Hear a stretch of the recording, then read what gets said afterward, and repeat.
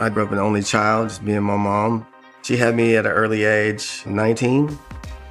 In the 1980s, Monty Smith is an only child, growing up in Okmulgee, Oklahoma. His dad is not present in his life, so his mom is everything to Monty. She was about 5'1", little woman, but she was spicy. Straight to the point with me. She's like, I'm not gonna let you grow up be a bad kid. I'm gonna be telling you what's right and wrong. She was good at that. He was very close to his mom. That was his rock. I have childhood memories of Monty and I, playing in the backyard while our mothers were inside, doing their thing. Monty's mother is in ill health for most of his childhood with kidney disease. My mom was on dialysis for my whole life. 3 days a week, we had to go to the hospital, and for 8 hours at a time for her to do dialysis. She was a very strong woman, though. She still, was able to hold a job down, too. He was going to school. He was at home, making sure his mom had what she needed or they needed. He definitely had to grow up a lot faster than the rest of us. Whenever Monty gets the chance, he heads to the basketball court with his best friend, Jermaine. Basketball was a big thing, so we played basketball nonstop. Everybody wanted to be the star player, the most popular. We always had a ball in our hand. For Monty, it was strictly basketball. He was a very good basketball player. After graduating from high school, Monty attends college, but he and Jermaine still have time to play ball. This is how they meet Monty's first love, Tabitha Lynch, in 1993. Tabitha and Monty grew close very quickly. The way that they looked at each other, I could tell that was his first love. We were a magnet towards each other. I did kind of feel like I, was a lucky guy because we just always had a good time together no matter what we did. There was never any arguing, just had fun all the time. After dating for 3 years, Monty and Tabitha eventually drift apart. She was in college playing basketball, and so was I. She was at a different school, so we didn't get to see each other a lot. I know life happens, but I would have definitely liked to have seen them stay together back in those days. That was definitely the one that got away from Monty. After college, Monty becomes a mechanic and gets married. But 10 years later, as his mother's health deteriorates, so too does his marriage. Monty, of course, wanted to be around his mother more, definitely played a role in his relationship with his wife. After me and my wife had split up, my mother had a stroke. And then there was, just her health just went quickly. It took a rough toll, and it took a toll on him mentally. But the day that I found out that she passed, I was on a motorcycle ride out of town. That was a hard moment, and I was crying inside my helmet. Yeah, I felt empty after my mom's gone, I was just trying to get through one day at a time and hide my emotions from everybody, I worked as much as I could. I developed this new passion for motorcycles. So I just, get on my bike and ride when I could. That was my escape.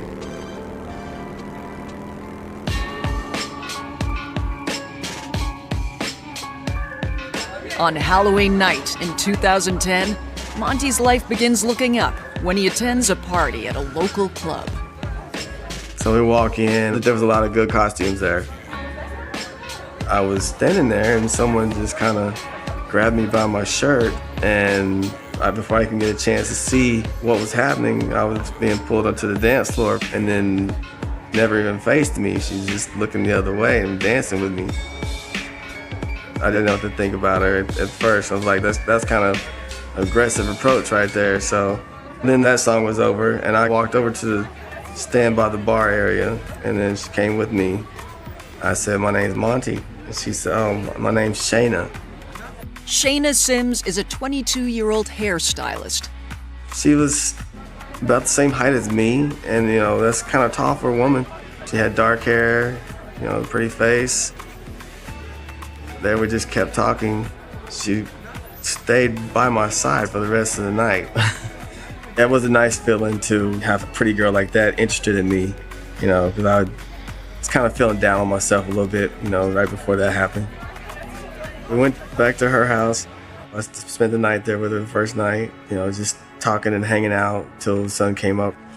The relationship moves quickly, and a few months later, in January 2011, they move in together. It was never a dull moment, I'll say that. We had fun, did a lot of things together. I remember him being excited when he told me that he had met Shayna and how he lit up when he talked about Shayna originally. The next thing I know, we started talking about, well, maybe we should get married. Just a few weeks later, Monty surprises Shayna with a ring. So we're at dinner. I waited for the right moment, and then I got down on one knee. I asked her, to marry me, and she said yes. I put the ring on her finger. She just was very excited and happy. He was all in on this relationship, and this is what he wanted. She seemed to be feeling the same way, so I was very supportive. We had decided to get married at the Tulsa Historical Society. She did all the prep work herself, which I was kind of amazed by that. I was really nervous, but from the moment that I seen her come out and I seen that smile on her face, it felt right.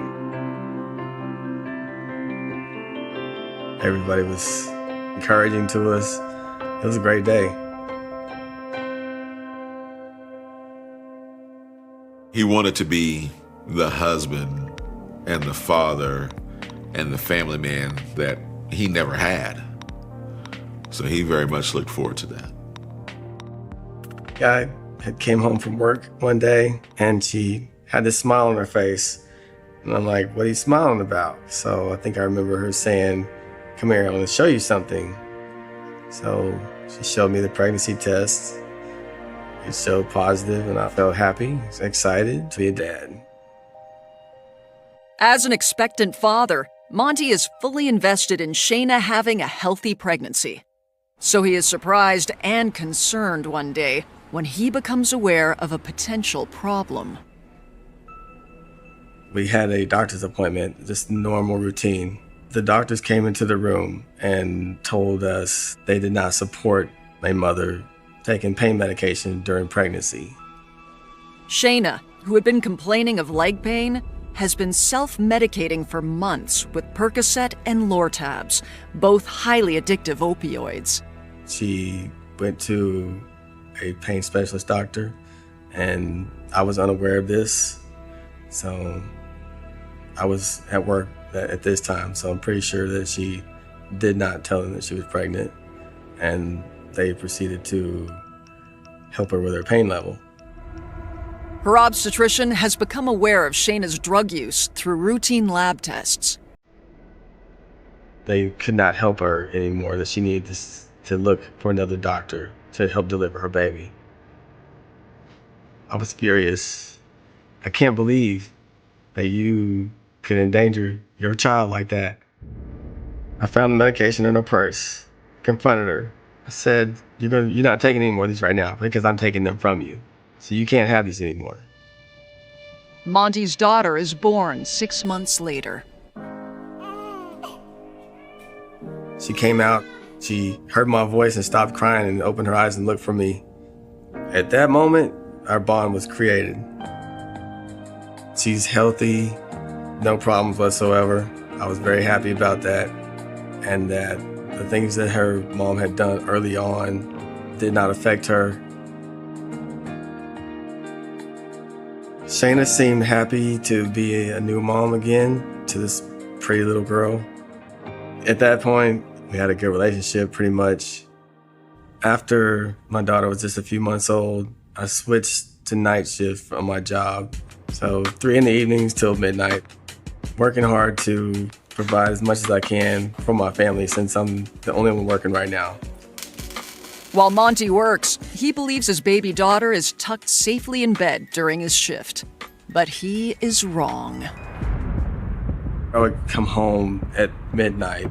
I would notice that she's just getting home right when I am and bringing my daughter in the house, out of the car seat. She hadn't been home all evening long. She just said, I'm out running errands. It's okay. She said, I don't see anything wrong with that. I told her that she shouldn't be out with my daughter all evening long, that she needed to be home in the bed. I started to become more aggravated. We had a lot of arguments. One night, Monty arrives home to find Shayna in bed, although she's not quite alone. She's passed out. Her phone is laying face up on the bed and is on FaceTime with some other young man that I do not know. I couldn't believe it. And I started seeing the signs from Shayna that maybe she wasn't the person that she's seeming to be. She became very evil very quickly.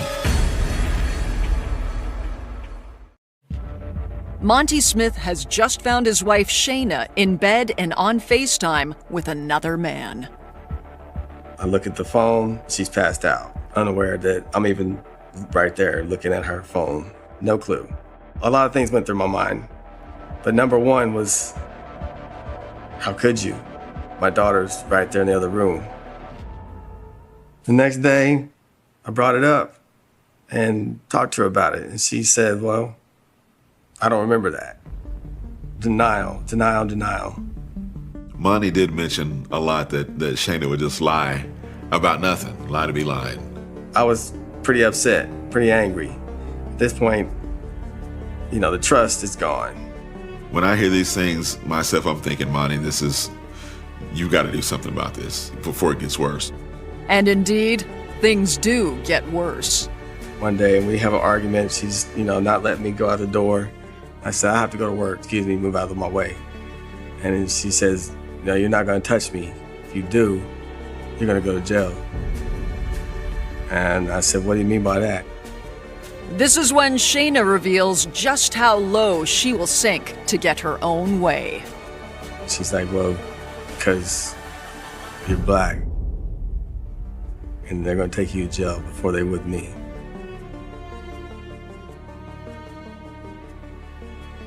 After her saying that to me, I was really, really done. And I wanted to just leave. They do have a daughter together. That was the main reason for Monty wanting to stay. He wanted to not have a broken home. So he made his decisions to stay. Soon, Shayna's erratic behavior escalates outside the home. Monty had taken Shayna to go tan. He stayed outside in the car with the baby. Unbeknownst to Monty, while inside, Shayna overreacts to something trivial and flies off the handle. While he was sitting in the car with the baby, 2 police cars pulled up outside the tanning salon. He said, hey man, I think something's happening. And yeah, she was having a scene inside the tanning salon, ended up, cursing out some ladies that worked there and may call the cops, and, they eventually, kicked her out. It was at that point I told him, I said, hey man, I love you, brother, but you need to figure this out. I had friends that I had confided in about my problems at home. They just kind of let me know how messed up the situation was that I was in and what am I going to do next. Around November 2014, an ex-girlfriend reaches out to Monty on social media. Her name is Christina Perez. We had said hello to each other on Facebook. I think she may have asked, what my situation was and probably told her, I was unhappy. Monty and Christina do not meet in person, but continue to chat occasionally online until Shayna finds out. So I came home from work one day and Shayna asked me who this Christina girl was, and I was like, oh gosh, here we go. Shayna thought that Christina was the enemy and was trying to take her man. She was mad about this situation that she thought was going on. So I am accused of having an affair with Christina.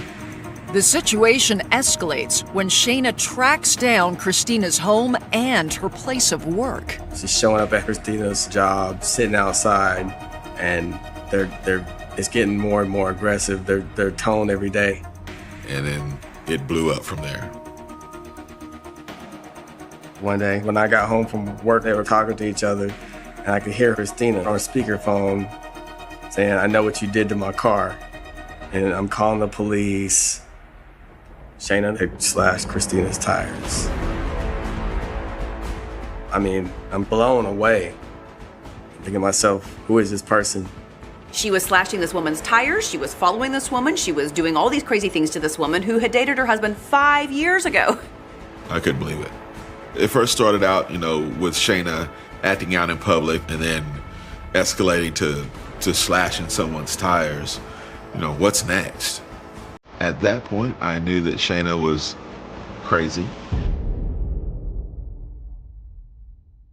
After the tire slashing, it's just getting worse and worse each day. They're making threats towards each other at this point. Christina doesn't retaliate, and Monty stops contacting her.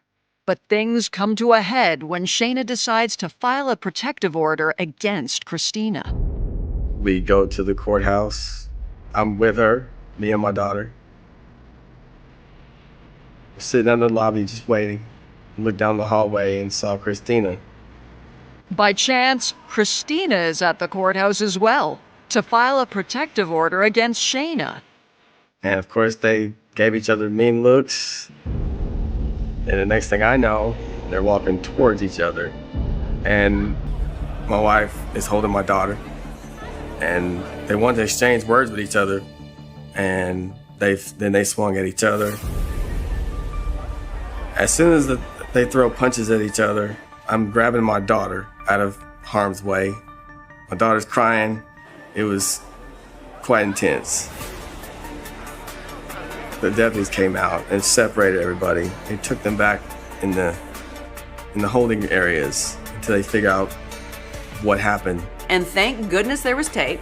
So the deputies pull it, and of course they see Christina is innocent, that Shayna has purposefully knocked into this woman and then starts screaming about Christina attacking her.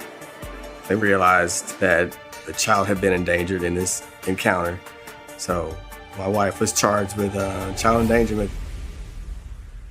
Shayna is put on probation for a year, and Christina is granted a protective order against her. I did feel trapped in this, I'm not gonna call it a marriage anymore. I felt trapped in this situation.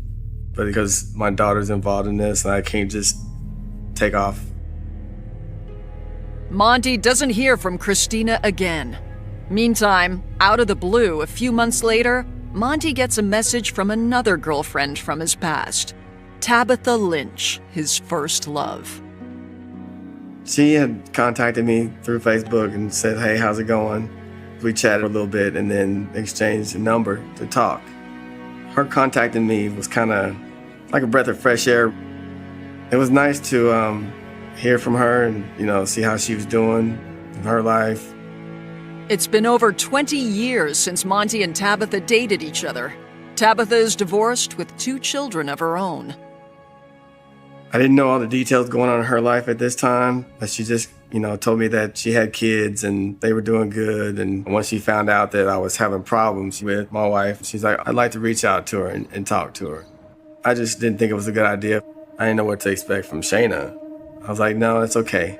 I got this under control. I'm gonna handle it my way."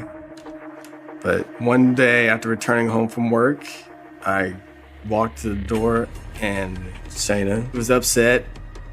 She's like, "Tabitha has reached out to me and said that you and her have been talking and that I'm a terrible mom and a terrible wife." And so she asked me, "Who's this bitch?" Shayna was very angry because she felt that Tabitha was a threat. She can't stop victimizing people. I would say she is one of the most bizarre people I've ever covered in 31 years of covering crime. Shayna was very jealous, very vindictive, very evil. Shayna Smith is enraged when she receives a warning message from her husband Monty's former girlfriend, Tabitha Lynch. Tabitha did send a message to Shayna, basically telling her that, she's losing the best thing that she could ever have, and she needs to change her ways before she screws it up. Shayna took that as disrespect and did not like what she heard. because it's coming from another woman. And she asked me, are y'all messing around? And I said, no. Shayna is determined to have it out with Tabitha face to face, but she can't seem to locate her. She's constantly asking me where to find her at. I said, I don't know. I was kind of worried about these two women having the interaction with each other because I don't know what Shayna's capable of. But Shayna never gets the chance to confront Tabitha because one day, Tabitha suddenly becomes critically ill. Tabitha had started having some health issues, and eventually she went into the hospital and didn't make it out. 2 months after reconnecting with Monty, Tabitha dies unexpectedly from natural causes. Tabitha was like a sister to me, so it hurt me deeply. I was like, I can't believe it. It seemed like I just talked to her just the other day and everything was fine. Monty consoles himself that at least she's out of harm's way from Shayna. I told Shayna that Tabitha passed away. She acted cold and heartless. She didn't care. The next words out of her mouth were, well, good. That's what that bitch gets. My jaw hit the floor. I couldn't believe it. I just heard her say that about Tabitha's death. I was already emotionally removed. I was ready to be physically removed. I didn't want to know her anymore. The viewing for Tabitha Lynch is held in April of 2015 at a funeral chapel in East Tulsa. I was there Thursday afternoon, probably between 1 and 2 o'clock. It hurt my heart. It was like a member of my family had passed away. As the viewing ends, the family is taking a break outside when a stranger slips inside, presumably to pay her last respects. Tabitha's mother happens to see this woman who looks like she's going and actually reaching into the casket. Something seems odd. It's reported to other family members. That woman is now gone, but the family goes to inspect Tabitha's body, and clearly her body has been touched. She's got a straight, cut right from the top of her head, right close to the bridge of her nose. Her hair's been cut, and then her pants have been pulled down, her outfit has been pulled down. Her shoes that were specially made just for her that were in her casket, they're now gone. Everybody, they're just in shock. You realize that some crazy woman has come in here and desecrated this body. Here you've got just absolute pandemonium unfolding. It's just, you can't put into words how devastating that was for this victim's family to just see. There is one thing that we always hold sacred in this country, and that is how you treat a person who's passed away. And this just violated every tenet of that for sure. Tabitha's family place a call to the police. This is never a call you ever get, ever. I mean, it just gets crazier from there. And so the officers at that time, when they got there, they see Tabitha, they see a disheveled body lying in a casket. They see that the makeup is messed up. They see that the incision on her face. And those are all really unusual things. Those are things that should not have happened and that the officers were shocked to see. It feels like the crime was a personal attack on this person. They start taking photographs. They start collecting evidence, looking around, looking at the body, making observations. And down next to the casket, there's hair. Tabitha's hair has been cut, and there's some of the hair laying on the ground. While police are processing the crime scene at the funeral home, another call is placed to dispatch from Tabitha's family, who are now at her apartment. They learned that the suspect may possibly be at the apartment. They're reporting, we think this person who was just down at the funeral home is over at our house, and we need to get somebody over here right now. Hours earlier, Monty Smith receives a disturbing message from Shayna. I opened it up and looked at it, and It was a picture of Tabitha in her casket. I was very shocked to see her with this picture. I didn't understand why. Why do you have this picture? You know, where did you get this from? And then she also said, that bitch looks ugly in her casket. I can't believe you're messing with her. I was confused. I didn't know what she meant by that. Once Monty finds out what Shayna has done, his life will never be the same. It's beyond me, you know, why she would do what she did. I've seen a lot of strange cases in my 31 years, and this one takes the cake. So many twists and turns along the way, and then it became frightening and more bizarre. It just became crazy.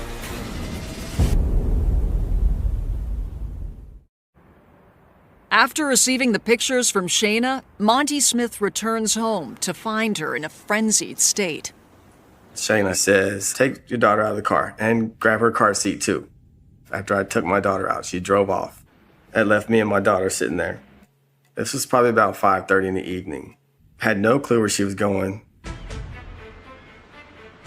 It's 7:30 p.m. when police arrive at Tabitha's apartment. They meet a bunch of Tabitha's family outside in the parking lot. And at that point, Tabitha's family tells them, there's someone inside our apartment and we didn't invite her in. It's a heightened level of tension for the family members. It's like she's inside. They learned that this woman had showed up at the door of Tabitha Lynch's apartment. She says, my name's Stephanie, and I'm here because something happened to your mother's makeup at the funeral home. The woman claims she wanted a photo of Tabitha in order to fix her makeup.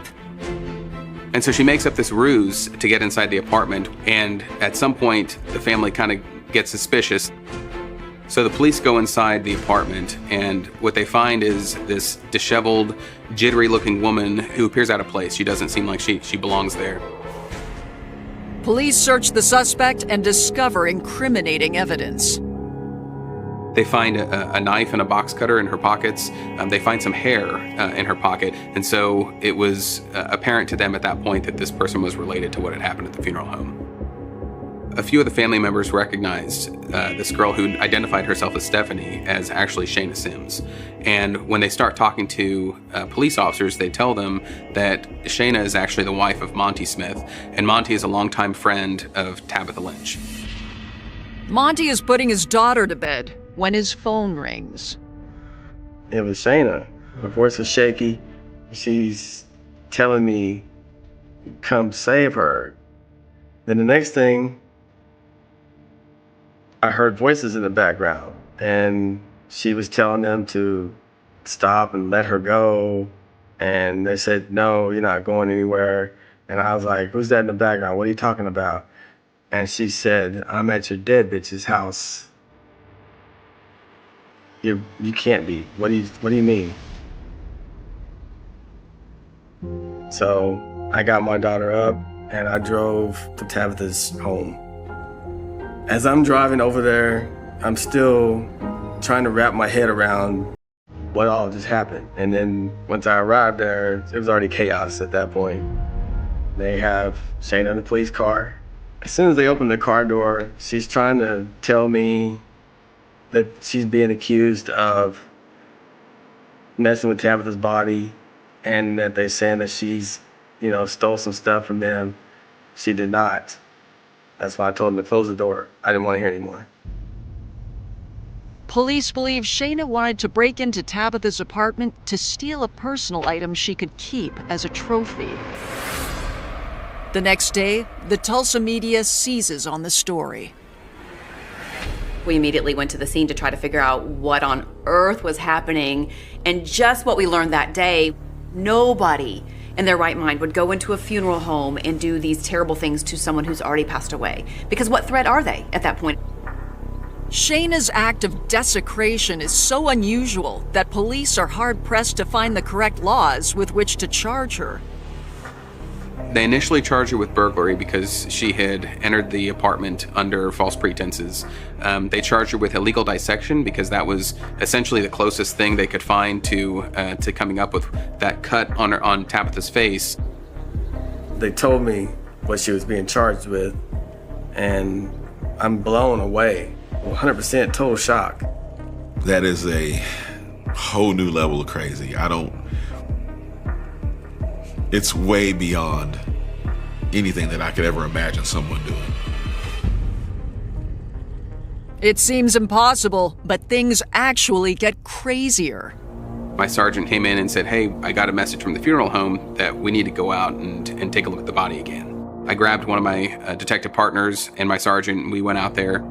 So when we examined the body, we found that Tabitha's breasts had been crudely cut out of her body.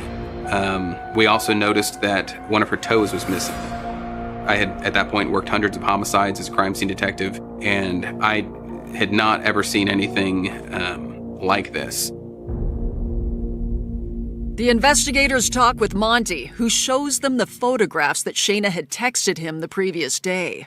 They are the equivalent of a smoking gun. So I see a hand holding a knife next to a toe. I recognize that as probably Tabitha's foot.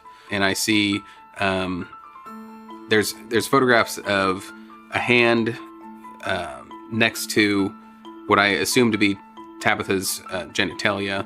And I realize that I'm looking at photographs of Shayna in the act, committing these heinous acts at the funeral home.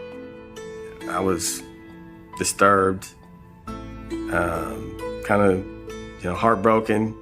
Couldn't believe that she did this to someone that I knew and that had passed away. A total disrespect. How are you going to explain those photos? I mean, that just kind of seals her fate.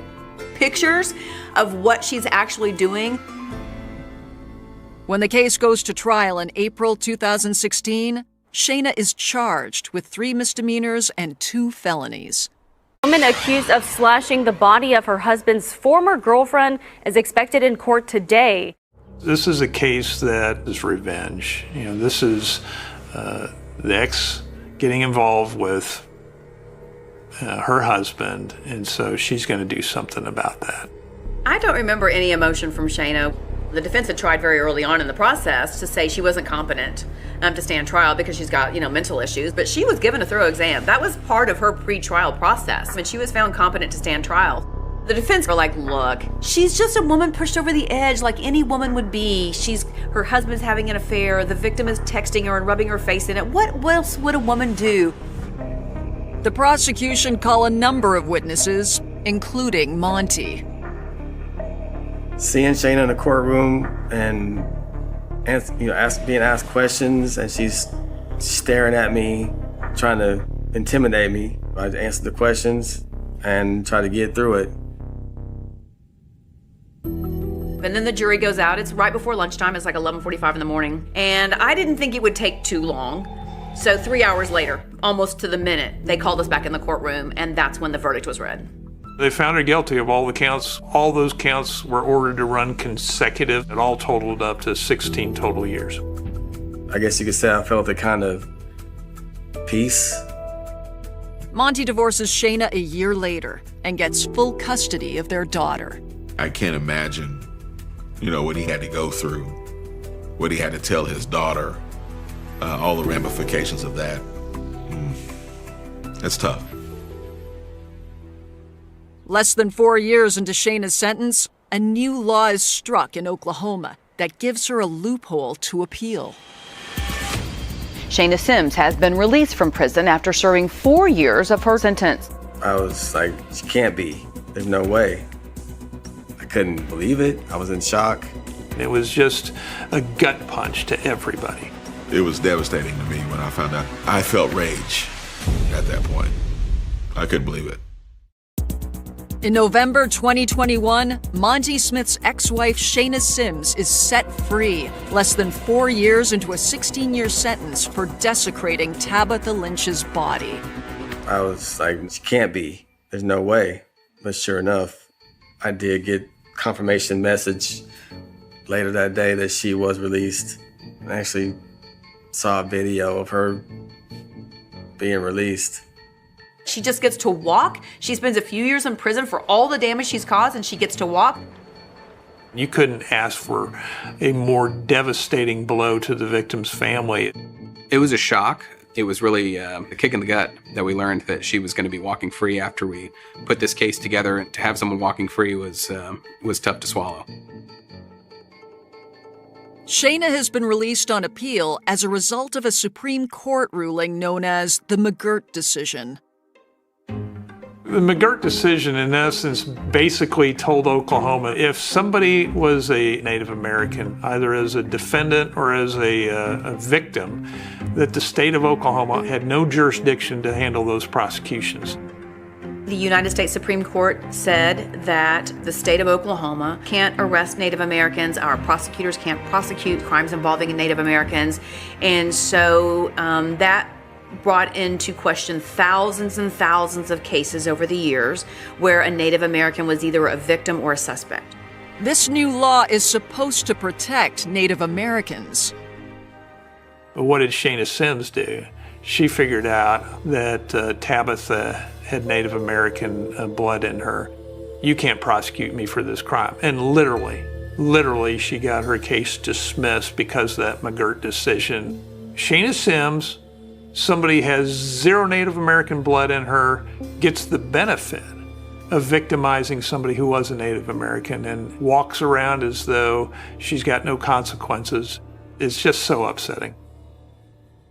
Once Shayna is out of jail, she can't seem to stay out of trouble. Monty was worried about what she might do. Of course, the victim's family, Tabitha's family, was really worried and stressed about what she might do or who she might target. She gets arrested for stealing a car, then gets in trouble for assaulting her mother. It's just one thing after another. Monty's big concern was protecting his daughter, because now that she's free, what would stop her from trying to get custody? I got a phone call from Shayna wanting to speak with her daughter. I did not know, I couldn't believe it. I was in shock. I ignored it for the first few days. She kept calling. He didn't know what her plans were or what she was capable of doing now that she's out of jail. Monty talks with their daughter, who tells him she wants to meet her mother. He drops her off for a weekend at her grandmother's house, where Shayna is staying. Thought to myself, give it a try just one time to see how it goes. Shayna and her mom, they were yelling at each other and having confrontation in front of my daughter when she's not used to seeing that. And she told me herself that she didn't want to be around that, and she didn't want to see them. So I did not force her at that point to go back anymore. And that's where we are to this current day. Monty still has full custody of his daughter. So yes, he, was doing his best to keep his daughter safe, to keep Shayna away. Despite being warned about not going anywhere near Tabitha's relatives, Shayna defies the order. And then, sure enough, Shayna then goes to the victim's family's apartment, and she's like, oh, I wasn't there to see them, which is a lie. You're only there to harass that poor family who's already been through so much. All you have to do to stay out of jail is stay over in your county. But she can't help herself again. She comes over here, and of course, that puts the family in terror. They are afraid of why she keeps showing up there and what she might do. And so, of course, yes, she's arrested and put back in. Recognizing that Shayna is still a threat, Oklahoma state prosecutors file an appeal.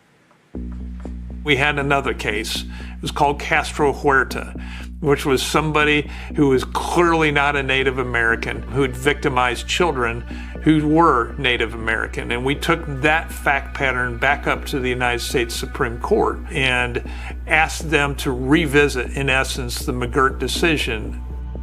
So then we immediately took that decision, petitioned the court, got her dismissal set aside, and remanded Shayna Sims back to prison, which is where she's at today.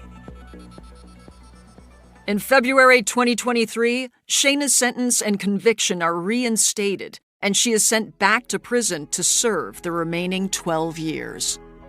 So it's definitely a relief, for all of us that she's back in jail. Me personally, I don't think 16 years is long enough. I'm at peace in my life. My daughter's at peace.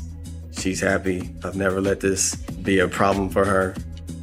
Monty has this smile that whenever he's in good spirits, and it shows. He just glows. And I love to see my brother when he's happy and when everything is going good. I feel like after all this is said and done, it's like looking at the damage after a tornado or after a disaster, and how are you gonna put your life back together after this? I don't know of any person that could have withstanded what he had to go through, especially these past 6 or 7 years. But he did it. I always love him for that. I'm still in the stages of putting my life back together and moving forward. But it's built me to be a stronger person and better dad. The humidity of August 1988 didn't just hang in the air. It suffocated the town of Oak Haven, a weight so heavy it seemed to still the very leaves on the trees. In this suburban sanctuary, the American dream was written in manicured lawns and unlocked back doors, a place where the concept of evil was something that happened elsewhere, on the news, in the cities, in another life. But on the night of August 12th, that dream curdled into a waking nightmare that would freeze the town's heart for nearly 40 years. Elena Vance was 19, a girl with eyes the color of a coming storm and a future that stretched out like an endless highway. She was home for the summer, a fleeting presence in the house she grew up in, a house that stood on the corner of Maple and Fifth, bathed in the soft, amber glow of streetlights that promised a safety they had no power to enforce. The crickets were screaming that night, a rhythmic, pulsing wall of sound that drowned out the subtle creak of a floorboard, the sliding of a window pane, the rhythmic breathing of a predator who had been watching from the shadows of the overgrown hedge just across the property line. Morning came with a deceptive stillness, the sun burning through the morning mist to reveal a world that looked exactly the same, yet was fundamentally, irrevocably broken. When Sarah Vance walked into her daughter's bedroom at 7:30 a.m., she expected the messy blankets of a teenager sleeping late. Instead, she found a bed that was too neat, a room that felt too cold, and a silence so profound it felt like a physical blow to the chest. The window was open, just a crack, letting in the scent of cut grass and the distant sound of a neighbor's lawnmower. But Elena was gone. There was no struggle, no blood, no frantic note left on the vanity, just an empty space where a human being used to be. The panic didn't start as a scream. It started as a hollow realization, a cold dread that traveled from the pit of the stomach to the throat, choking the words before they could be formed. Within the hour, the quiet streets of Oak Haven were invaded by the strobe light flicker of blue and red, the mechanical roar of engines, and the heavy boots of men who looked at the Vance's pristine backyard not as a place of childhood memories, but as a crime scene. The initial search was a frantic, disorganized descent into chaos. Neighbors joined hands, forming human chains that swept through the nearby woods, their voices calling Elena's name until they were hoarse, the sound echoing off the trunks of ancient oaks that held their secrets close. Cold case, a term that didn't exist in the vocabulary of the Oak Haven PD back then, began to loom like a shadow. Detective Miller, a man whose face was etched with the weariness of 1,000 minor tragedies, stood in Elena's room, staring at the dust motes dancing in the light. He saw the missing jewelry box, the one detail that didn't fit the narrative of a runaway.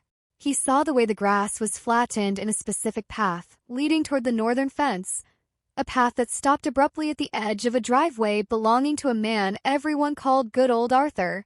Arthur Jenkins was the neighbor who helped fix the bikes, the man who brought over extra tomatoes from his garden, the silent, stoic presence who had lived in the house next door for 20 years. He stood on his porch that morning, a glass of iced tea in his hand, watching the police dog sniff the perimeter with an expression of detached concern that, in hindsight, was the first chilling clue the world chose to ignore. The investigation hit a wall of static almost immediately. In 1988, DNA was a whisper in a lab. not a tool for the precinct. There were no cameras, no digital footprints, no GPS pings to track. Elena Vance had simply evaporated. The community's shock turned into a toxic brand of paranoia. People started locking their doors with deadbolts they'd never used. They looked at their friends across the fence and wondered what was hidden behind their smiles. The headlines were relentless. The Girl in the Mist, Oak Haven Silent Night. Where is Elena? The police file grew thick with useless tips, psychics claiming she was in a well, disgruntled ex-boyfriends with airtight alibis, sightings in distant states that turned out to be shadows. But the most haunting element was the lack of a body. Without a body, the grief had no place to land. It hovered over the Vance household like a ghost, preventing them from mourning, forcing them to live in a perpetual state of maybe. Every time the phone rang, every time there was a knock at the door, the ghost of Elena would flicker in the corner of their eyes, only to vanish when they turned to look. Arthur Jenkins stayed. That was the most unsettling part of the decades that followed. He didn't flee. He didn't change his routine. He remained the quiet neighbor, the man who watched the Vance family crumble from across the driveway. He watched Sarah Vance's hair turn white. He watched Elena's father, Robert, spend his weekends digging in the woods until his hands bled, driven by a madness that only a father without a daughter can understand. Arthur would offer a nod of sympathy, a "How are you holding up, Bob?" that carried the weight of a secret so dark it would have scorched the earth if it had been uttered aloud. For 36 years, that secret lived in the crawl space of a mind that appeared utterly ordinary. For 36 years, the files sat in a cardboard box in the basement of the police station, gathering the gray dust of forgotten things. The case was cold, ice cold, frozen in the amber of 1988, a tragedy that had become part of the town's folklore, a cautionary tale told to children who weren't even born when Elena disappeared. But the earth has a way of vomiting up the truth when the time is right. The breakthrough didn't come from a brilliant detective work or a sudden confession. It came from the relentless, cold march of technology. In late 2024, a small, independent forensic team took another look at a single, overlooked item from the 1988 evidence locker. A discarded soda can found near the fence line on the morning of the disappearance, originally dismissed as neighbor's trash. Using advanced vacuum-based DNA collection and genetic genealogy, they didn't just find a profile, they found a map that led directly to a lineage, a family tree, and finally, to a single, aging man who still lived in the same house on the corner of Maple and Fifth. The secret wasn't in the woods. It wasn't in another state. It was 30 feet away from Elena's bedroom, hidden behind a false wall in a basement that smelled of old wood and iron. When the task force moved in, the town of Oak Haven watched in a state of collective cardiac arrest. They saw the good neighbor being led out in handcuffs, his face finally shedding the mask of the stoic gardener to reveal the hollow, predatory void underneath. The secret was out, and it was more horrifying than anyone had dared to imagine. The revelation hit, like a physical shockwave, as the police began to tear apart the Jenkins property. The narrative of 36 years began to rewrite itself in real time. It wasn't just a kidnapping. It was a calculated, decades-long psychological siege. Arthur Jenkins hadn't just taken Elena. He had kept her, for a time, right under the noses of the search parties, right beneath the feet of the mourning parents. The Manhoy KY law, the strange clues, began to resurface in the minds of the old-timers. The way Arthur's basement light was always on, the way he never let anyone inside for a quick beer after mowing the lawn, the way he seemed to know details about the investigation that hadn't been released to the press. It was a masterpiece of camouflage, a monster hiding in the most visible place possible, the house next door. The community was forced to confront a terrifying truth, that the person they trusted to watch their homes was the one who had violated the ultimate sanctity. The neighbor's dark secret wasn't just a crime. It was a betrayal of the very fabric of human connection. As the forensic teams excavated the backyard, the atmosphere in Oak Haven turned somber, a heavy, funereal silence descending over the neighborhood. Every shovel of dirt felt like a heartbeat. The press gathered at the yellow tape, their cameras aimed at the mundane suburban house that had been transformed into a tomb of secrets. This wasn't just a cold case solved, it was an exorcism. The residents of Maple Street stood on their porches, much like Arthur Jenkins had done decades before, but their faces were etched with a different kind of horror. The horror of knowing that evil doesn't always wear a mask. Sometimes, it wears a sweater vest and offers to help you move your lawn furniture. The SOC Songdong, the community shock, was palpable, a collective realization that they had lived alongside a predator for a lifetime, inviting him to their barbecues, waving to him every morning, while the remains of their innocence were buried just a few yards away. The strobe lights of the forensic units pulsed against the vinyl siding of the Jenkins house, casting long, rhythmic shadows that looked like grasping fingers. The air in Oak Haven had shifted. The summer heat was no longer just oppressive. It was sickly, smelling of damp earth and the metallic tang of unearthed secrets. Inside that basement, the mundane reality of a retired handyman dissolved into a chamber of calculated depravity. Behind a heavy workbench, bolted to the floor and hidden by a meticulously organized wall of pegboard tools, investigators found the seam. It wasn't a sophisticated high-tech door. It was a crude, heavy slab of reinforced timber, disguised with the same wallpaper that lined the rest of the cellar. When it groaned open, the detectives didn't find a room.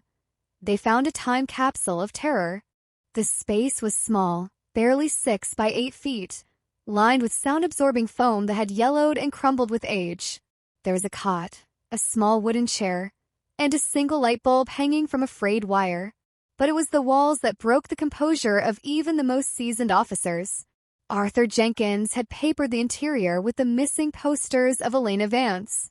He had lived in his house, eaten his meals, and slept in his bed, while just feet below him, he had curated a shrine to the life he had extinguished. This wasn't a crime of passion, it was a crime of possession. Every headline, every news clipping about the haunting 1988 cold case was taped to the foam, some of them marked with dates in cryptic, handwritten notes in a precise, architectural script. As the forensic team moved deeper into the house, the dark secret began to bleed out in layers. In a locked chest in the master bedroom, they found the jewelry box, the one Elena's mother had described to the police 36 years ago. Inside it wasn't gold or silver, but locks of hair, a high school ring, and a collection of Polaroids that no human eye should ever have had to see. The images were a silent testimony to the days after the disappearance, proving that the nightmare didn't end on the night of August 12th. It had been a slow, agonizing descent. The realization rippled through the precinct and out into the streets. Elena hadn't been taken and killed. She had been taken and kept. The proximity was the ultimate cruelty. While the Vance family sat in their living room, weeping and praying for a sign, the monster was right there, watching the same sunset, perhaps even hearing the muffled sound of their grief through the very earth that separated their properties. The interrogation room at the Oak Haven Police Department was freezing, the air conditioning humming a low, industrial drone that filled the silence between Arthur Jenkins and Detective Miller. Now a gray-haired man brought back from retirement for this final reckoning. Arthur sat perfectly still, his hands folded on the metal table as if he were waiting for a Sunday church service to begin. He didn't look like a monster. He looked like a grandfather who had lost his way. But when Miller slid the photo of the jewelry box across the table, Arthur's eyes didn't flicker with guilt. They ignited with a cold, terrifying pride. He didn't ask for a lawyer. He didn't deny the evidence. Instead, he leaned forward, his voice a dry, papery rasp that barely rose above a whisper. "You took your time," he said, a faint, jagged smile twitching at the corner of his mouth. "I thought you'd never find the door." The Manhoy KY law, the strange clues, began to form a pattern as the confession unfolded. Arthur spoke of the itch that started in the summer of '88. A compulsion to own the beauty that lived next door. He described the weeks of surveillance, learning the rhythm of the Vance household, knowing exactly which floorboard creaked and which window latch was faulty. He spoke of the night of the abduction with a clinical detachment, as if he were describing a plumbing repair. He had carried her across the lawn in the dead of night, utilizing the deep shadows cast by the very hedges the Vances had planted for privacy. He had utilized the cover of the screaming crickets to mask her cries. Every detail was a fresh wound to the investigators listening behind the glass. He wasn't just a killer. He was a collector of souls, a man who found power in the absolute erasure of another person's existence. Outside, the town was a powder keg of emotion. A vigil had formed spontaneously at the edge of the police tape, but it wasn't the silent, Camelot affair of years past. It was a roar of betrayal. Neighbors who had shared lawn mowers with Arthur, women who had let him watch their children play in the sprinklers, men who had discussed the weather with him over the fence.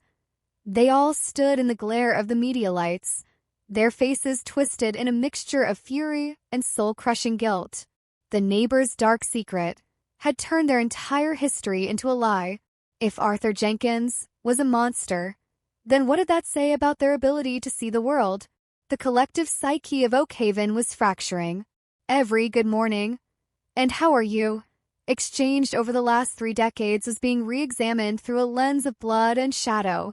As night fell on the second day of the search, the excavators hit something solid in the far corner of the Jenkins basement, beneath a fresh layer of concrete poured sometime in the early 90s.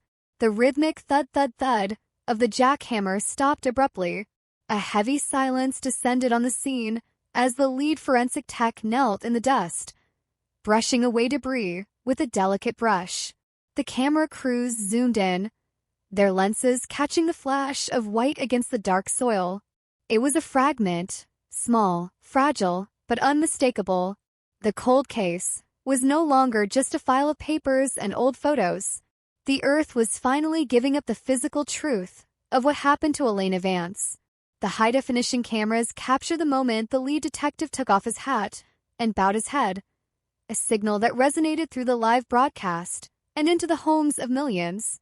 The investigation was no longer just about a disappearance. It was becoming an archaeological dig into a life stolen and buried in plain sight. Arthur Jenkins watched the monitors in the interrogation room, seeing his backyard being torn apart, and for the first time, his composure wavered, not out of remorse, but out of a loss of control. The secret was no longer his. The Manhoy KY law were being laid bare for the world to see, and the myth of the good neighbor was being incinerated in the white-hot light of justice. But as the remains were carefully labeled and bagged, a new question began to circulate through the ranks of the task force. A question that chilled the blood of everyone involved. Was Elena the only one? The ledger found in Arthur's nightstand suggested a terrifying answer. It was filled with names, dates, and locations, some stretching back to the late 70s, long before he moved to Oakhaven.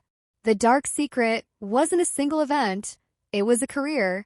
The 1988 case was merely the one that had finally caught him, the one where his proximity to the victim had been his ultimate undoing. As the detectives flipped through the pages of the ledger, they realized that the shock to the community was about to go national. They weren't just looking at the resolution of a local tragedy. They were looking at the unveiling of one of the most prolific and invisible predators in modern history. A man who had mastered the art of being nobody while committing the unthinkable. The heavy, leather-bound ledger sat on the metal interrogation table like a cursed object, its presence more suffocating than the airless basement where it was found. As Detective Miller turned the yellowed pages, the haunting 1988 cold case began to expand, morphing from a localized tragedy into a map of a cross-country killing spree. The names weren't just names, they were ghosts, recorded in Arthur Jenkins' precise, cold handwriting. Dates, times, weather conditions. He had logged the atmospheric details of his crimes, as if he were tracking the growth of his prized garden. The realization hit the task force like a physical blow. Oakhaven wasn't the beginning. It was the final chapter of a predator who had spent 40 years perfecting the art of invisibility. The Neighbor's Dark Secret was an archive of American sorrow. The entries stretched back to 1974, tracing a trail through sleepy suburbs in Ohio, industrial towns in Pennsylvania, and the sun-bleached outskirts of Florida. Each entry was accompanied by a small, mundane item: a button, a library card, a keychain, meticulously taped to the page. These were his trophies, the physical anchors of his memories. While the world looked for monsters in the dark alleys and under city bridges, Arthur Jenkins had been living in plain sight, a nomadic predator who finally decided to settle down in Oakhaven, bringing his gallery of horrors with him. The Manhoy KY Law, the strange clues, were now appearing in old case files from across the coast, unsolved disappearances that had long since gathered dust in police precincts thousands of miles away. The pattern was chillingly consistent: a quiet neighborhood, a broken window, and a girl who vanished as if she had stepped into another dimension. Back in the interrogation room, the good neighbor mask was gone, replaced by the terrifyingly hollow stare of a man who no longer had to pretend. Arthur watched Miller's hands on the ledger with a possessive intensity. "That's my life," he whispered, the sound like dry leaves skittering on a sidewalk. "That's 40 years of work you're holding." He didn't show remorse. He showed the indignation of an artist whose private collection had been vandalized. He began to talk, not to apologize, but to narrate. He spoke of the girls he had taken before Elena, describing them not as human beings with families and futures, but as acquisitions. He remembered the exact color of the dress a girl wore in 1979. He remembered the smell of the rain on the night he took a student in 1982. The sheer volume of his memory was a testament to his obsession. He had lived every day of his mundane life, replaying these moments in the theater of his mind. Outside, the SOC Songdong, the community shock, had evolved into a national media firestorm. The quiet street on Maple and Fifth was now the epicenter of a forensic excavation that seemed to have no end. Every time a new name was cross-referenced from the ledger, a new family somewhere in the country received a phone call they had stopped expecting decades ago. The cold case wasn't just solved, it was exploding. In the Vance household, the news was a double-edged sword. They finally had an answer, but the answer was a nightmare that exceeded their darkest fears. Elena hadn't been a random victim. She had been the final prize for a man who had lived 30 feet away from her for her entire life. A man who had watched her grow from a child into a woman, waiting for the perfect moment to strike. The forensic teams in the basement were now working in shifts, using ground-penetrating radar to look for more secrets beneath the concrete. The air was thick with the smell of pulverized stone and old earth. They found more than just Elena's remains. In a corner of the cellar, buried beneath a heavy stack of vintage newspapers, they discovered a second hidden compartment. This one didn't hold a person, but a collection of audio tapes. When the first tape was played back at the lab, the sound sent chills through the tech's spine. It wasn't music. It was the sound of Arthur Jenkins talking to his victims, his voice calm, fatherly, and utterly terrifying, recorded in the silence of that soundproofed room. The Dark Secret was no longer just a mystery.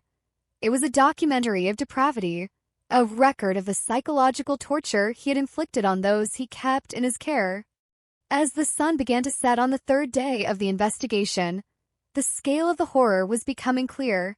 Arthur Jenkins wasn't just a murderer. He was a serial captor who enjoyed the slow erosion of a person's will. The ledger contained 32 names, 32 lives that had been systematically erased by a man who looked like everyone's favorite uncle. The Manhoy KY Law from 1988, the missing jewelry box, the flattened grass, the open window, were the signatures of a master who had become overconfident in his old age. He had stopped moving. He had become part of the scenery. He believed he was untouchable because he had become so deeply embedded in the community that nobody could imagine him as anything other than the man who fixed bikes and grew tomatoes.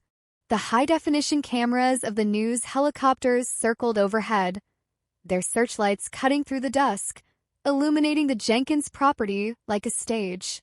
The world was watching as the neighbor's dark secret was pulled, piece by piece, from the ground. But even as the evidence mounted, a new, even more disturbing detail emerged from the interrogation. Arthur hinted at a partner, someone he had met in the 70s, someone who had helped him with the earlier acquisitions.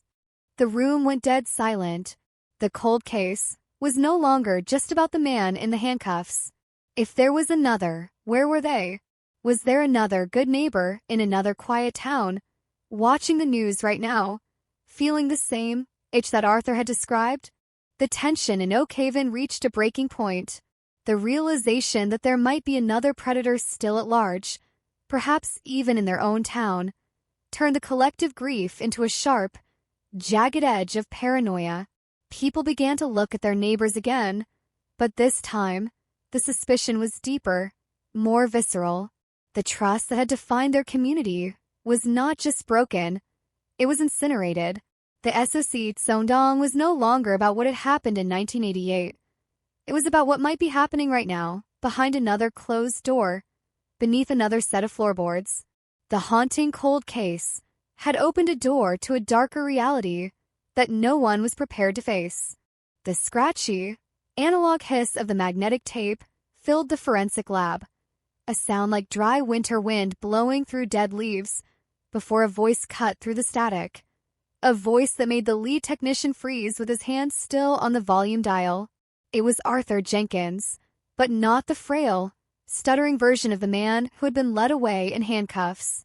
This was the voice of a man in his prime, a voice that was calm, measured, and terrifyingly gentle. "You have to understand the rules, Elena," the voice whispered, the recording capturing the wet click of a tongue against teeth. "The world out there doesn't exist anymore. There is only this room. There is only me." The audio was a descent into a private hell, a rhythmic, psychological bludgeoning designed to break a human spirit until it was nothing but a hollow shell. But as the investigators listened to the hours of recorded torment, they realized they weren't just hearing a predator and his prey. They were hearing a second set of footsteps, a second breath, a second silhouette, moving in the periphery of the crime. The neighbor's dark secret was no longer a solo performance. Arthur's mention of a partner wasn't just a taunt. It was a lead that turned the investigation into a frantic, nationwide manhunt. The ledger, that catalog of stolen lives, contained cryptic notations next to the earlier names, sets of initials like CW and the architect.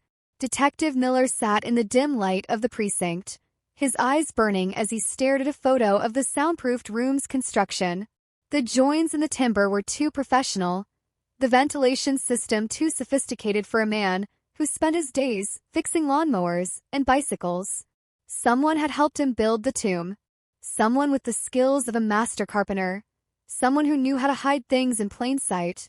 And someone who had disappeared into the fabric of another unsuspecting town years ago.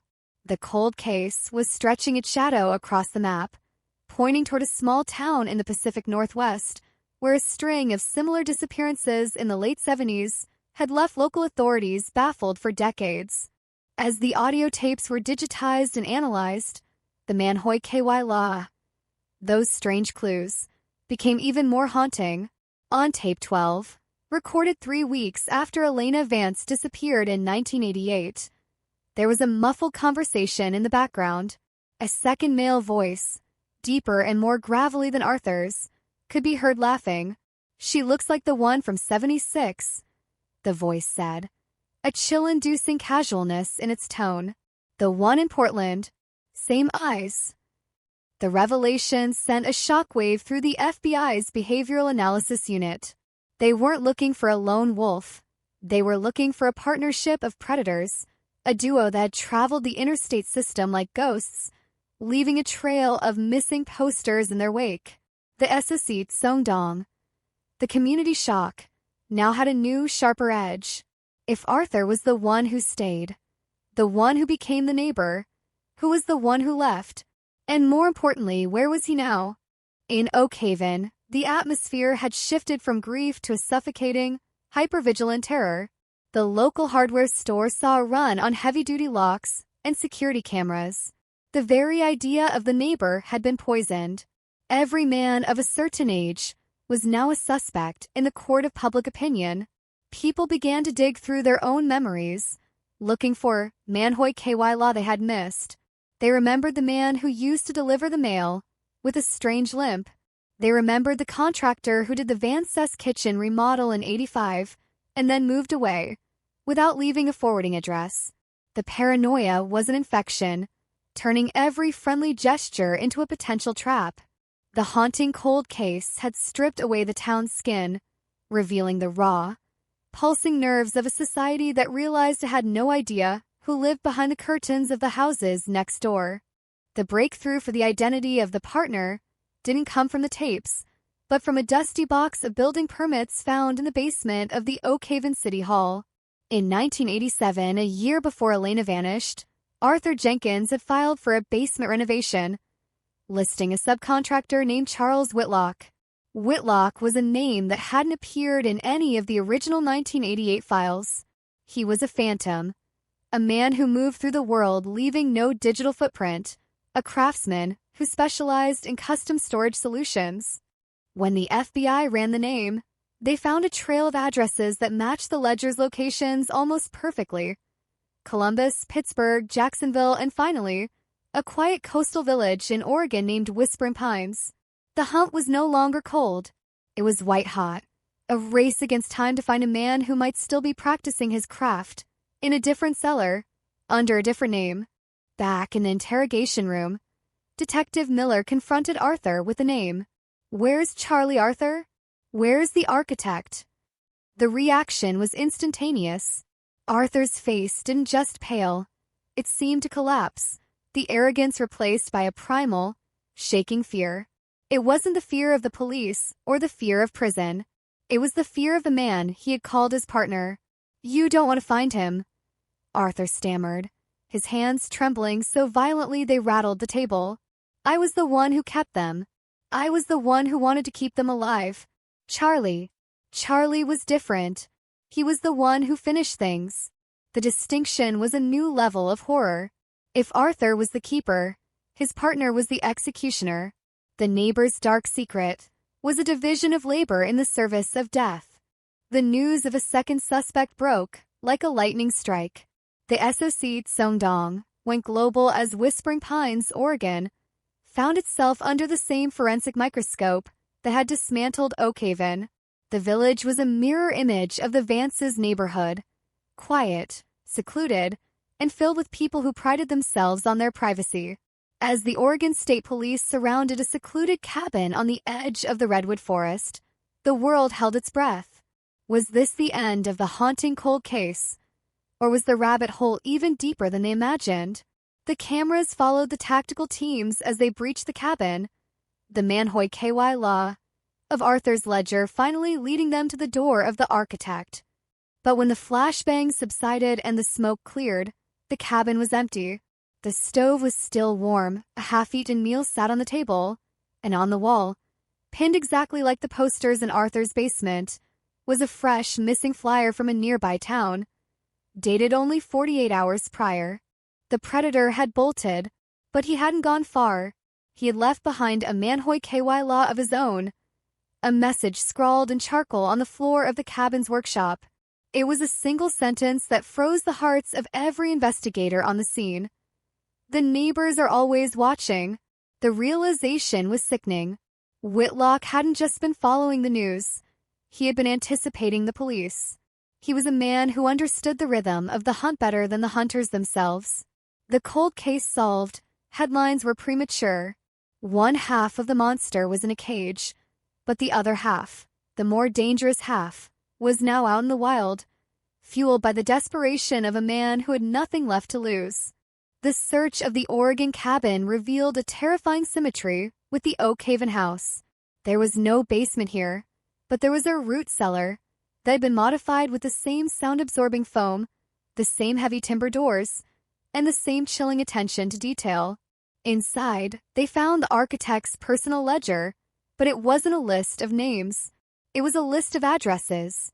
hundreds of them, spread across every state in the Union. It was a catalog of vulnerabilities. Houses with faulty locks, overgrown hedges, and families who left their windows open on humid August nights. The neighbor's dark secret wasn't just about Arthur and Charlie. It was about the inherent fragility of the suburban dream. The SOC Songdong had become a national state of emergency. Anyone, anywhere, could be on that list. As the sun went down over the redwoods, the haunting 1988 cold case entered its most dangerous phase. The ghost of Elena Vance had led them to a doorway, but what they found on the other side was a labyrinth of systemic, calculated evil that had been operating in the shadows for nearly half a century. The Manhoy KY Law were no longer just pieces of evidence. They were warnings. Detective Miller, standing on the porch of the empty cabin, looked out into the darkening trees and felt a coldness that no summer heat could ever thaw. He realized that they weren't just looking for one man. They were looking for a shadow that had been living next door to America for 40 years, a shadow that was now moving, hunting, and looking for its next acquisition, to replace the one they had taken away. The silence of the Oregon woods was broken not by a scream, but by the frantic scratching of a pen against a map in a mobile command center. The architect's list wasn't just a collection of addresses. It was a blueprint for a national tragedy, a meticulously organized catalog of vulnerability that transformed the haunting 1988 cold case into an active, breathing monster. As the FBI's Behavioral Analysis Unit began to cross-reference the hundreds of locations found in Charles Whitlock's cabin, the SOC Songdong, the community shock that had started in Oak Haven began to ripple outward like a tectonic shift. These weren't just random houses. They were tactical profiles. Every entry included notes on the response time of local police, the height of backyard fences, and the specific habits of the people inside. The Manhoy KY Law, the strange clues, were no longer confined to 1988. They were appearing in the present tense, scrawled in the architect's precise, cold hand. The hunt for Whitlock became a ghost hunt through the very heart of the American suburb. He was a man who lived in the white space of society, the invisible craftsman who moved from town to town, leaving behind nothing but perfectly installed cabinetry and a trail of matte Titchbeaten, mysterious disappearances that never quite connected until now. In the Oregon cabin, forensic analysts discovered a hidden crawl space beneath the floorboards of the workshop. It didn't contain bodies, but contained something perhaps more haunting. A library of blueprints, not for buildings, but for human lives. There were floor plans of houses in 30 different states, each one marked with points of entry and blind spots. Among them, yellowed and brittle with age, was the original layout of the Vance house on Maple Street. It was dated May 1988, 3 months before Elena vanished. The neighbor's dark secret was rooted in a level of premeditation that made the blood of every investigator run cold. They hadn't just been neighbors. They had been architects of a cage that began to be built long before the first window was ever pried open. Back in the interrogation room, the air had grown thick with the smell of stale coffee and the electric hum of the recording equipment. Detective Miller leaned in, his face a landscape of exhaustion and grim determination. He showed Arthur Jenkins the photo of the 1988 blueprint. Arthur's reaction was a guttural, wheezing laugh that sounded like saw cutting through bone. Charlie always liked the planning more than the keeping, Arthur whispered, his eyes gleaming with a sick, nostalgic light. He didn't just want to take them. He wanted to know them. He'd spend weeks in their attics, listening to them breathe through the vents. He called it learning the house. You think Elena was the first in Oak Haven? Charlie had been in that house 6 times before the night we actually took her. The revelation was a fresh SOC Songdong that hit Miller like a physical strike. The idea of a predator living in the literal walls of a home, a phantom presence in the attic, while a family slept, was a level of Manhoy KY Law that transcended standard criminal behavior. It was an invasion of the soul. The cold case was now a race against a man who knew the terrain of the American home better than the people who lived in them. As the FBI began contacting the families on the architects list, the scenes were identical across the country. The sudden arrival of black SUVs, the hushed conversations on front porches, and the look of absolute, soul-shattering terror on the faces of parents who realized their sanctuary had been compromised. The neighbor's dark secret had become a national paranoia. People were tearing apart their own attics, ripping up floorboards, looking for the Manhoy KY law that might indicate the architect had been there. They found small things, a missing button, a rearranged spice rack, a window latch that felt slightly looser than it should. These were the signatures of a man who moved like smoke, a man who found power in the subtle, undetected violation of privacy. In Whispering Pines, the search for Whitlock intensified as local residents reported seeing a gray man moving through the dense redwood canopy. He didn't use the roads, he used the green belts and the service trails that local maps didn't even show. He was a creature of the periphery, the Matt Titchby and of the 48-hour-old case mentioned in his cabin. A young woman named Clara became the focal point of the manhunt. If the pattern held, she was still alive, being kept in one of the many custom storage solutions Whitlock had built over the years. The haunting 1988 cold case was no longer about the past. It was a desperate battle for a life in the present. The SOC Songdong in Oregon was palpable, a town of hikers and nature lovers suddenly terrified of the very woods they called home. The media coverage was a relentless 24-hour cycle of Manhoy KY law and cold case analysis. Profiles of Whitlock and Jenkins were everywhere. Two ordinary-looking men who had engineered a decades-long reign of terror. The neighbor's dark secret was the ultimate clickbait, but the reality was far grimmer than any headline could capture. It was the story of the failure of the American dream of safety. It was the realization that the more we insulate ourselves in our quiet neighborhoods, the more vulnerable we become to the neighbor who understands the architecture of our isolation. The SOC Songdong wasn't just about the crimes. It was about the loss of the ability to feel safe behind a locked door. As the forensic team in the Oak Haven basement continued their work, they found one more item that shifted the narrative again. Tucked into the sound-absorbing foam of Elena's room was a small, hand-carved wooden bird. It was a piece of folk art, beautiful and delicate, a stark contrast to the ugliness of the surroundings. When Miller showed it to Arthur, the old man's face softened for a fleeting second. "Elena made that," he said. "She thought she was making it for me. She thought if she was good, if she was creative, she'd get to go home."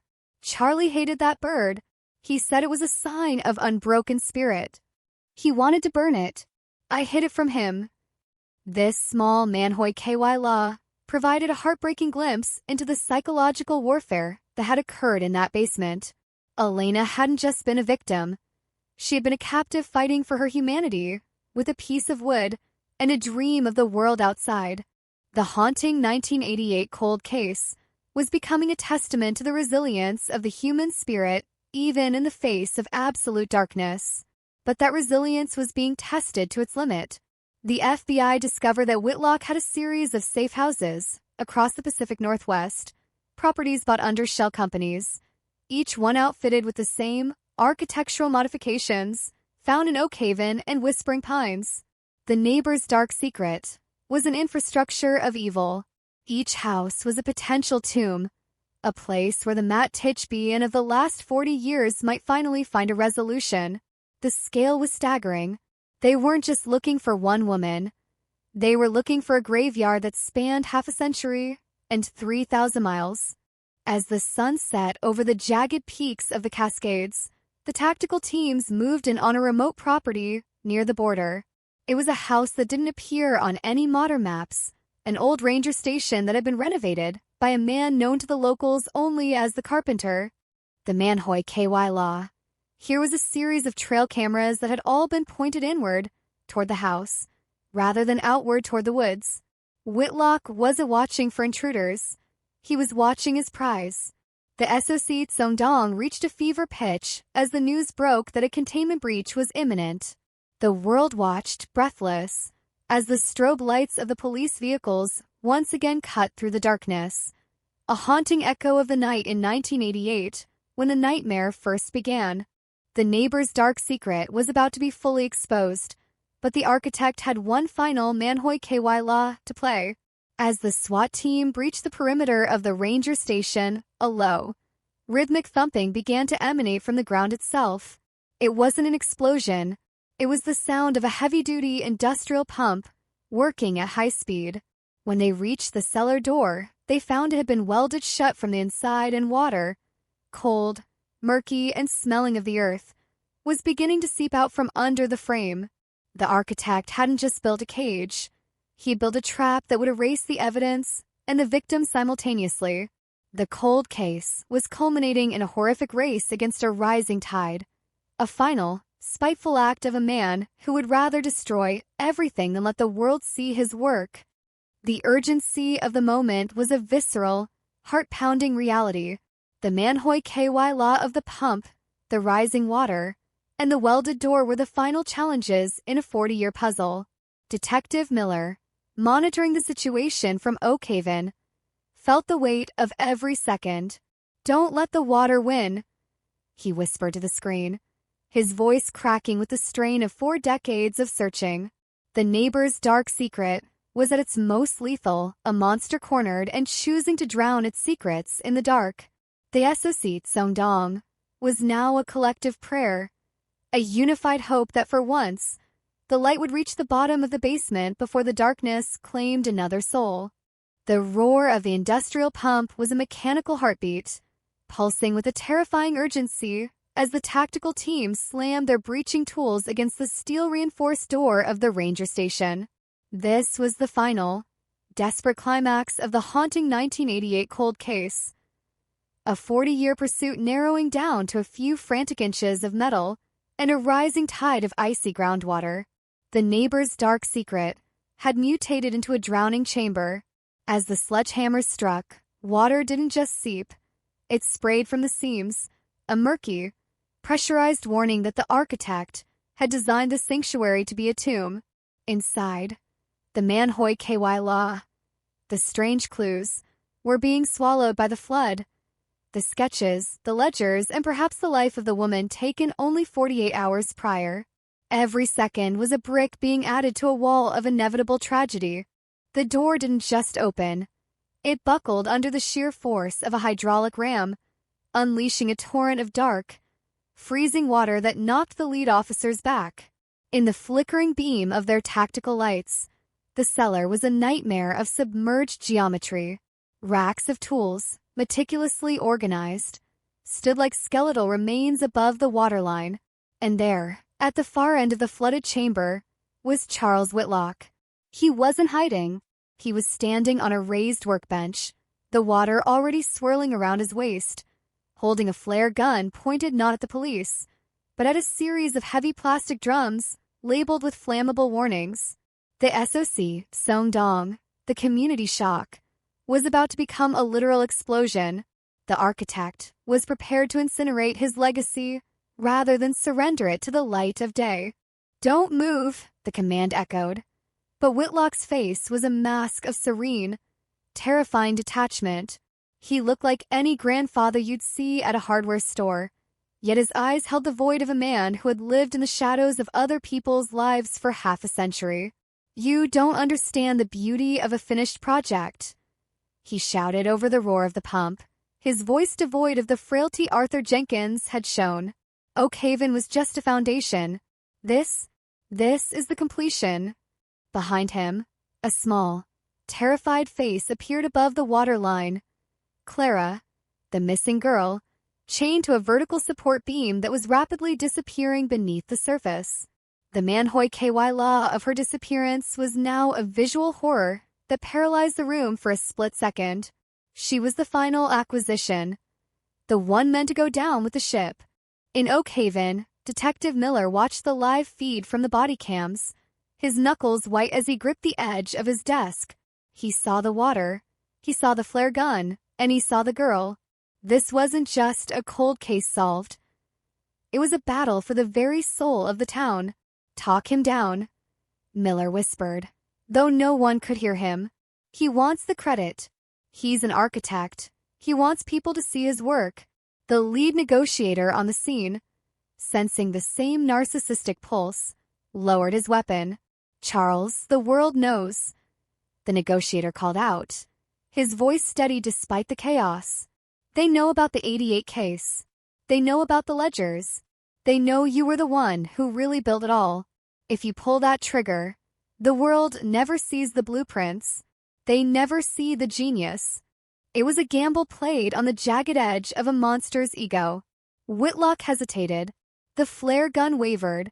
For a man who had spent 40 years being invisible, the sudden, blinding spotlight of infamy was a drug he couldn't resist. He wanted his name in the headlines. He wanted the Manhoy KY law of his career to be studied in textbooks. In that moment of hesitation, a sniper positioned at a narrow vent in the foundation took the shot. The crack of the rifle was muffled by the water, but the effect was instantaneous. The flare gun tumbled into the rising flood, and Whitlock fell back into the dark, churning water he had summoned to erase his sins. The rescue was a blur of freezing limbs and shouted orders. Divers plunged into the cellar, their hands searching the murk for the chains holding Clara. The neighbor's dark secret was being dismantled by bolt cutters and sheer human will.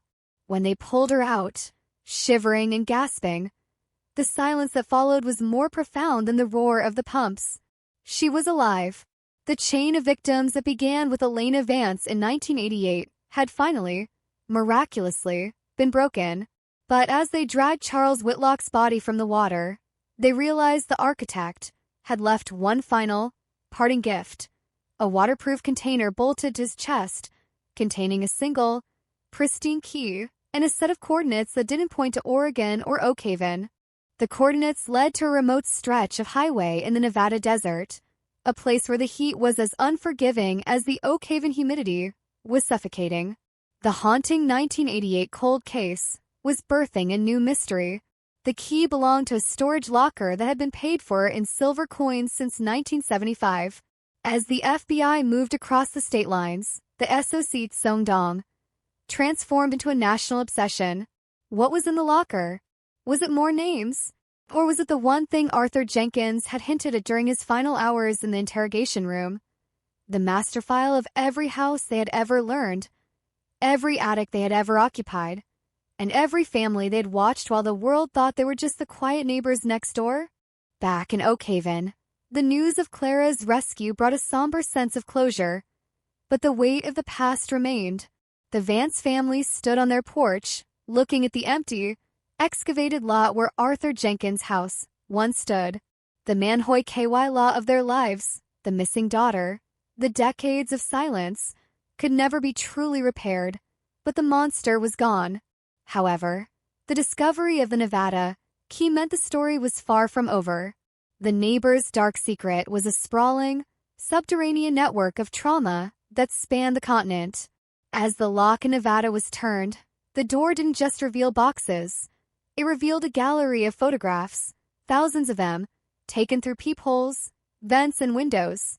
It was the architect's true legacy, a visual record of a nation's vulnerability, a haunting reminder that while we were living our lives, someone was always, meticulously, taking notes. The cold case was now a global case. The photographs in the Nevada locker weren't just of victims. They were of us. People recognized their own living rooms, their own children's birthday parties, their own sleeping faces. The SOC Songdong was total and absolute. The architect and the neighbor hadn't just taken a few girls. They had stolen the collective peace of mind of an entire generation. The Manhoy KY law found in those photos, a shadow in the background of a Christmas morning, a face reflected in a darkened window, became a new kind of Rorschach test for a paranoid public. The 1988 cold case was the key that unlocked a door we can never truly close again, leaving an echo of a question that will haunt every quiet neighborhood forever. Who is really living next door? The blinding white heat of the Nevada desert shimmered off the asphalt as the FBI agents cut the padlock on Unit 402. The metal door groaned upward, the sound echoing like a gunshot in the vast, empty silence. Inside, there was no smell of decay, no damp earth like the basements in Oak Haven or Oregon. Instead, there was the sterile, dusty scent of old paper and stillness. But what the flashlights revealed was far more terrifying than a crime scene. It was an archive of the American subconscious. Floor-to-ceiling metal shelves lined the walls, packed tight with thousands of manila envelopes, photo albums, and carousels of 35mm slides. The haunting 1988 cold case had led them here, to a dusty roadside locker that held the stolen privacy of a nation. As the agents began to pull the files, the sheer scale of the violation became nauseatingly clear. These weren't just photos of victims, they were photos of potential.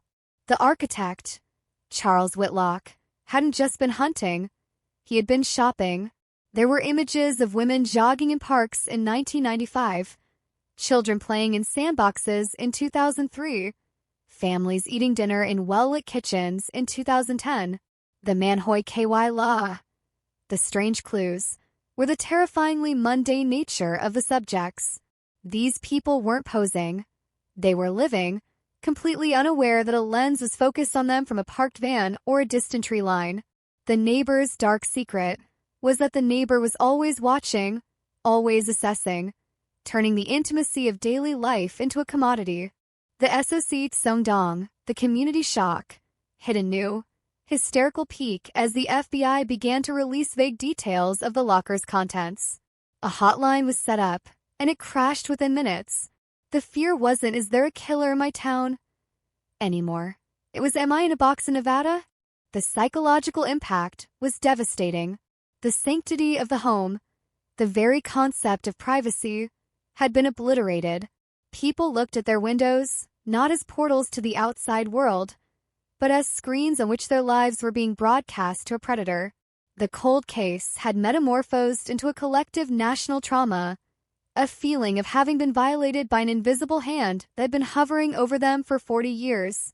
Back in the interrogation room, Arthur Jenkins was shown a sampling of the Nevada photos. For the first time, the good neighbor looked small. The bravado he'd shown when discussing his own collection evaporated in the face of Whitlock's industrial-scale operation. "Charlie, he had big ideas," Arthur muttered, staring at a photo of a house in Denver marked with red ink. He said the world was full of open doors. He said nobody looks up, nobody looks down, they just look ahead.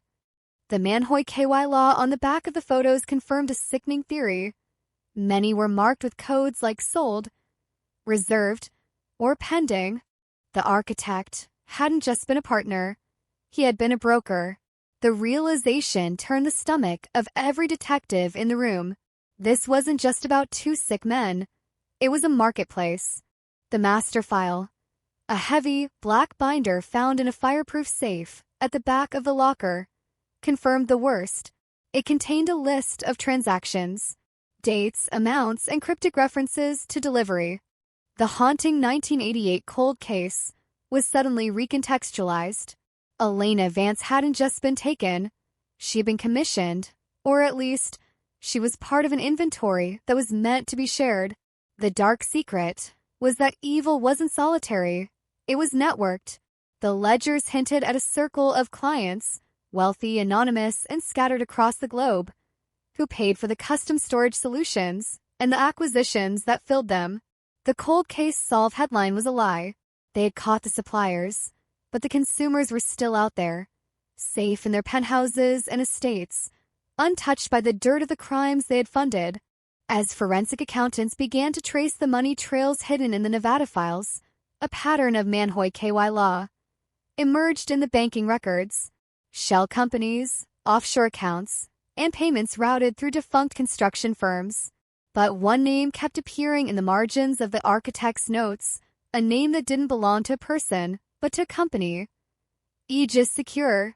It was a high-end home security firm that had been popular in the 90s. The irony was a dagger to the heart.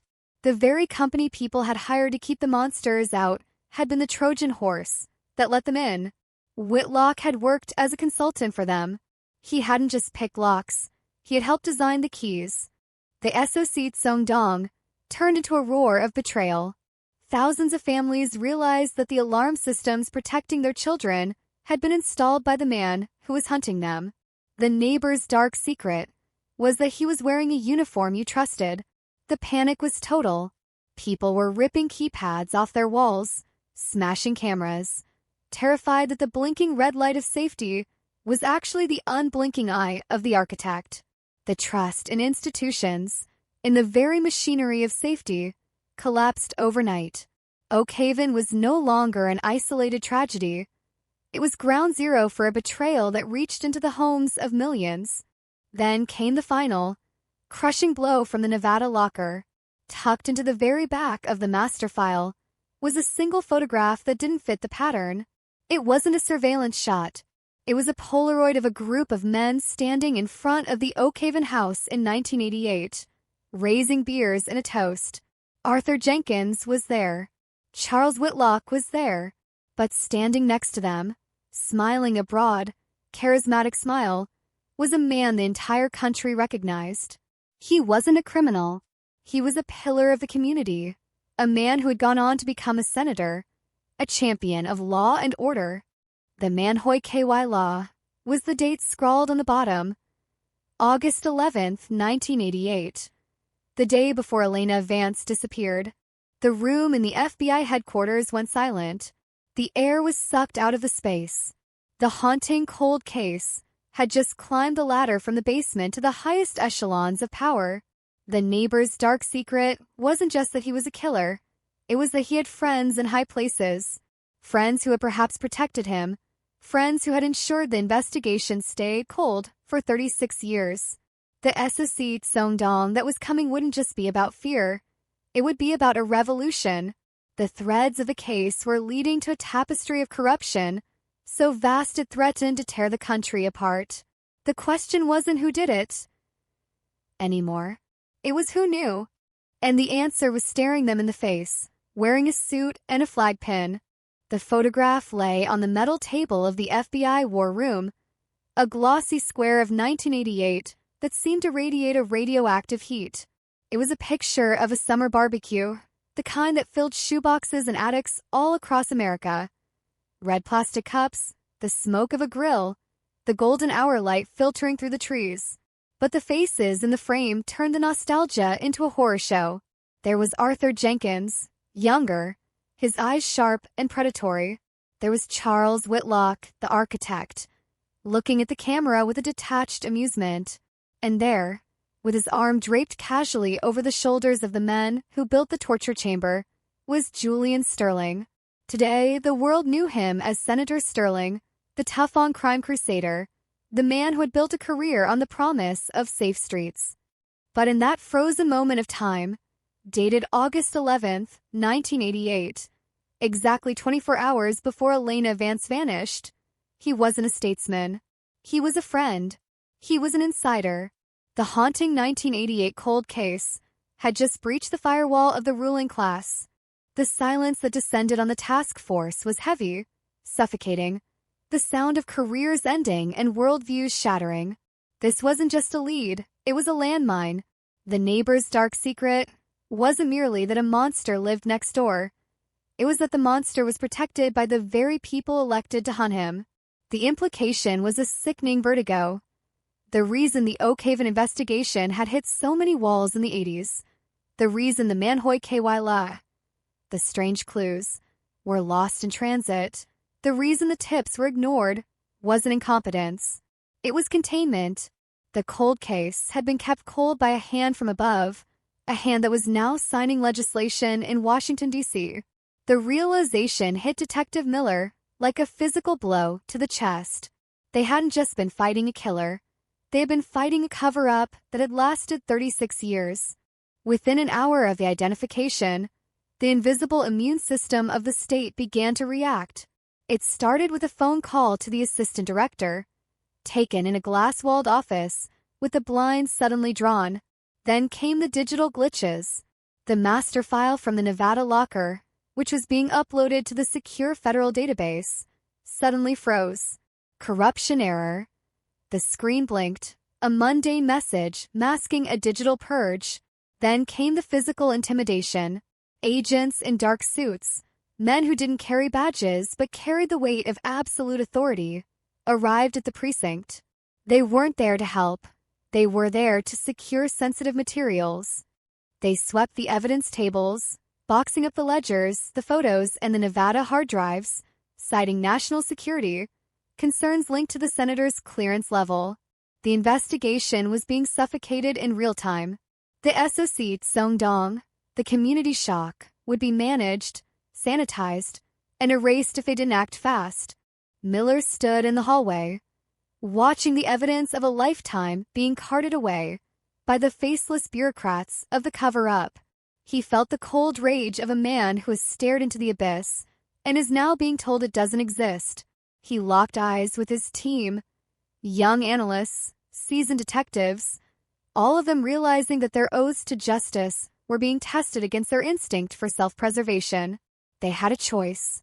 Let the haunting cold case be buried again, this time forever, or go to war. Miller didn't speak. He just tapped his chest pocket. Inside, saved on a rogue flash drive before the purge began, was a copy of the audio tapes found in Arthur Jenkins' basement. The cleaners had taken the physical reels, but the digital ghost of the truth was still in Miller's possession. The neighbor's dark secret was about to go underground. Driven from their own headquarters, the core team retreated to a cramped motel room on the outskirts of Oakhaven, a place that smelled of stale cigarettes and desperation. It was a fitting command center for a rebellion. They set up their laptops on the scarred wooden desk, linking them in an encrypted mesh network, effectively declaring themselves outlaws in the pursuit of truth. They turned their attention to the audio files. The cleaners had prioritized the financial records and the photos, assuming the grainy, distorted tapes from the basement were of lesser value. They were wrong. The tapes were the smoking gun. Specifically, tape 14, labeled simply the client. In the chaos of the initial discovery, it had been dismissed as unintelligible static. Now, with the image of Senator Sterling burned into their minds, they listened with a new, terrifying focus. Using unauthorized audio forensics software, the tech specialists began to peel away the layers of hiss and magnetic decay. It was like restoring a ruined painting. Slowly, the static receded. The Manhoy KY law of the background noise, the hum of the ventilation, the creak of the wooden chair became clear. And then the voice. It wasn't Arthur's rasp. It wasn't Whitlock's drone. It was a baritone, smooth, educated, and chillingly familiar. It was the voice that had delivered the keynote address at the National Convention just 2 weeks ago. "She needs to be quiet, Arthur," the voice said. The tone not one of a monster, but of a dissatisfied customer. "I have a debate on Thursday. I can't have complications." The timeline aligned with a sickening precision. The date of the recording matched the week of Elena's disappearance. The SOC Songdong in that motel room was visceral. The senator hadn't just known. He had been in the room. He was a participant. Meanwhile, on the national stage, Senator Sterling launched a preemptive strike. He held a press conference on the steps of the Capitol, surrounded by his family and a phalanx of flags. He looked directly into the cameras, his eyes wet with practiced sincerity. He admitted to knowing Arthur Jenkins, painting him as a friendly neighbor he had unfortunately trusted decades ago. He expressed his deepest horror at the revelations of the haunting cold case and called for a full and transparent investigation, knowing full well his team was shredding the evidence at that very moment. It was a masterclass in gaslighting. He used the neighbor's dark secret to position himself as a victim of betrayal, just like the rest of the community. He was spinning the narrative, turning the Manhoy KY law of his connection into a tragic coincidence. And for a terrifying moment, it seemed like it might work. The pundits began to talk about guilt by association and the tragedy of trusting the wrong people. But in the motel room, Miller was ready to shatter the narrative. The team had isolated the voice print. They overlaid it with a sample of Sterling Senate floor speech from 1989. The waveforms were identical. The peaks and valleys of the vowels, the specific cadence of the speech. It was a digital fingerprint that no amount of spin could erase.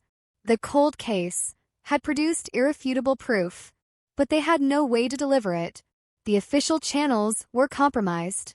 The media outlets were cautious, afraid of libel laws and political pressure.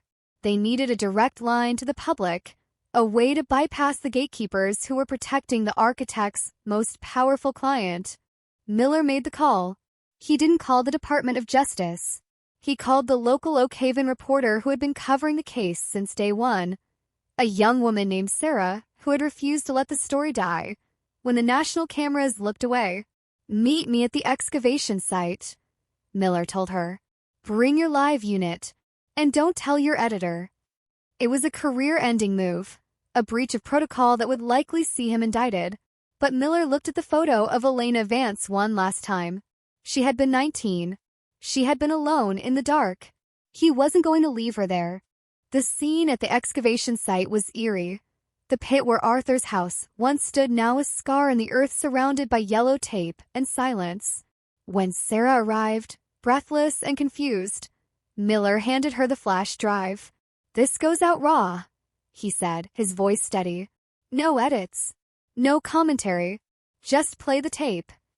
The SSC Songdong began the moment the on-air light turned red. The broadcast interrupted the evening news, a pirate signal of truth cutting through the static of the cover-up. The screen went black, displaying only the waveform of the audio. And then, the voice of the senator filled the living rooms of Oak Haven, then the state, and then, as the stream went viral, the nation. "I don't pay you for excuses, Arthur. I pay you for access."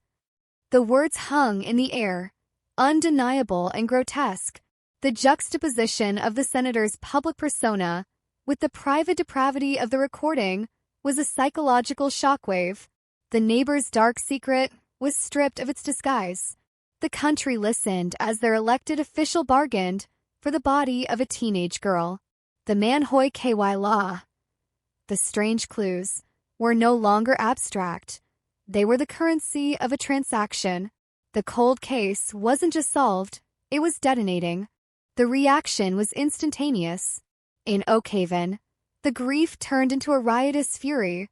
People marched toward the police lines, not to attack the officers, but to demand the truth. The SOC Songdong rippled outward, fueled by the internet, which dissected the audio in real time. By the time the broadcast ended, the hashtag Sterling Tapes was trending globally.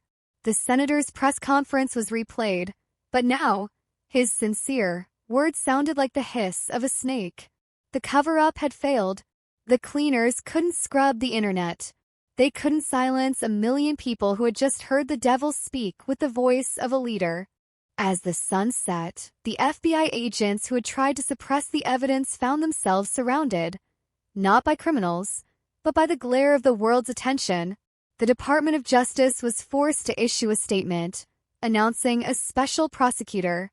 The dam had broken, but as Miller watched the chaos unfold from the shadows of the excavation site, he knew this was just the beginning.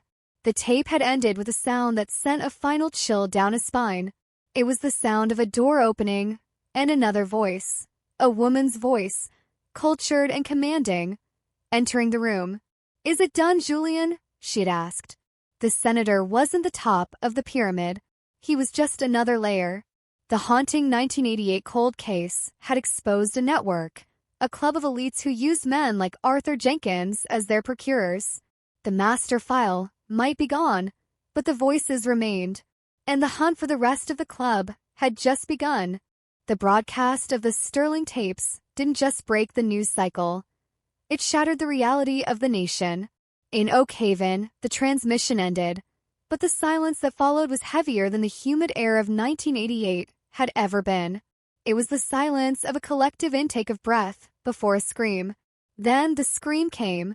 It started online, a digital roar of millions of people realizing that the monster wasn't just the creep next door. It was the man shaking hands on the evening news. The SOC Tsongdong, the community shock, transformed instantly into a kinetic, dangerous rage. Within minutes, the manicured lawn of Senator Julian Sterling's estate in Virginia was no longer a symbol of power. It was a siege line. Flares, not unlike the one Charles Whitlock had tried to use, bathed the white columns of the senator's porch in a hellish red glow as protesters clashed with the private security forces of Aegis Secure. The neighbor's dark secret had ignited a fire that threatened to burn down the institutions of justice themselves. But for Detective Miller and his rogue team, huddled in the claustrophobic dimness of the motel room, there was no time to watch the empire burn. They were listening to the ashes. The tape had played. The world knew about Sterling, but the final 5 seconds of the recording, the entry of the woman's voice, looped in their headphones like a ghost haunting the machinery. "Is it done, Julian?" The voice was calm, imperious, and terrifyingly devoid of fear. It wasn't the voice of an accomplice. It was the voice of a supervisor. While the media feasted on the carcass of the senator's career, Miller knew that Sterling was just a middleman, the true architect of the nightmare, the one who funded the renovations, the one who commissioned the acquisitions, was still out there, insulated by layers of wealth and shadow that made the senator look like a pawn. The haunting 1988 cold case hadn't hit the ceiling. It had punched through it into a stratosphere of evil where the air was too thin for ordinary law enforcement to breathe. The audio specialist, a young woman named Chun who had risked her federal career to join Miller, isolated the background frequencies of the woman's entrance. The Manhoy KY law. The strange clues weren't in the words, but in the room tone. Beneath the woman's voice, there was a faint, rhythmic chiming sound. It wasn't a clock. It was distinct, metallic, and resonant, like wind chimes, but deeper, tuned to a specific, harmonious scale. Solfeggio frequencies, Chin whispered, her fingers flying across the keyboard. These aren't garden chimes. These are tuned kinetic sculptures. Very rare, very expensive, the kind you commission from artists in Zurich or Kyoto. It was a sonic fingerprint. They weren't looking for a basement anymore. They were looking for a sanctuary of high art. The neighbor's dark secret was hiding in a place of curated beauty. The team cross-referenced the architect's financial trails, the fragments they had managed to scrape before the purge, with high-end art auctions from the late 80s. They were looking for a buyer who purchased both kinetic sound sculptures and security consulting from Charles Whitlock. The Venn diagram of depravity and luxury narrowed down to a single, terrifying name: the Holloway Foundation.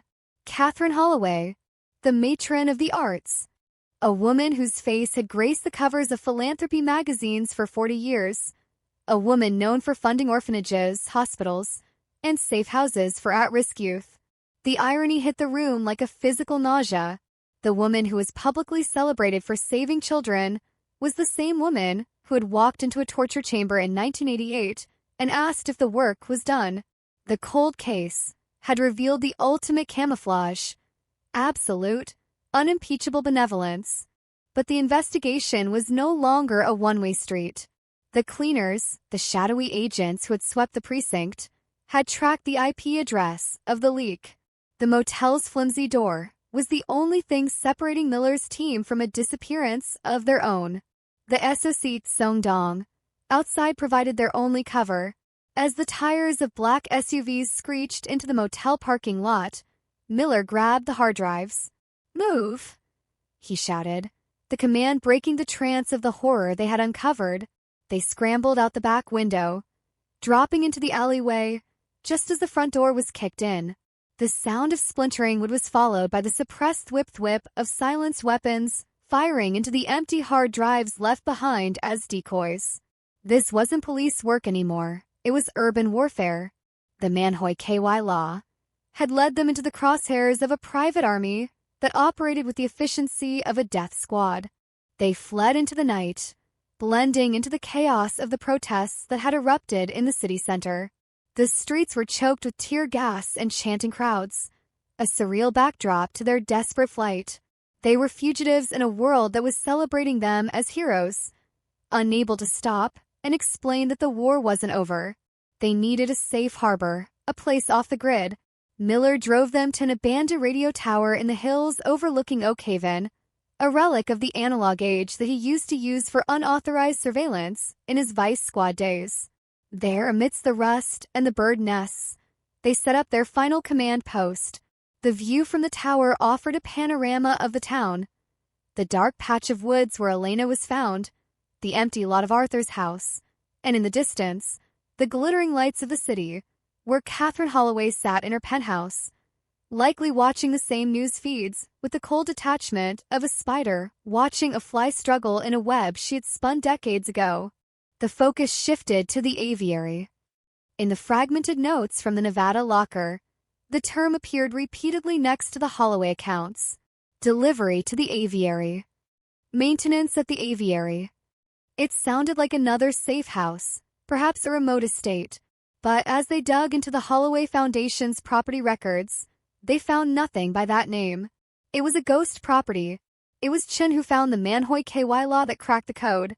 In a 1990 Architectural Digest profile on Catherine Holloway, there was a photo of her private conservatory, a massive, glass-dome structure attached to her ancestral estate on the cliffs of the Atlantic coast. The caption read, "A sanctuary for rare birds and kinetic art. The wind chimes. The sculpture." The aviary wasn't a code name. It was a literal place. It was a glass cage built for things that were meant to fly, but were never allowed to leave. The realization recontextualized the entire, haunting 1988 cold case. Elena Vance, and the dozens of others in the ledger, weren't just killed, they were collected. The architect Charles Whitlock hadn't just built prisons, he had built display cases. The neighbor, Arthur Jenkins, hadn't just been a captor, he had been a scout. They were part of a supply chain that fed a private collection of human misery, housed within a glass palace of high culture. The neighbor's dark secret was that the girl next door didn't disappear into the ether. She was moved from a basement to a birdcage, traded like a rare exotic species to satisfy the twisted voyeurism of the elite. The SOC Songdong, that started with a single missing girl, was about to expand into a horror story of gothic proportions.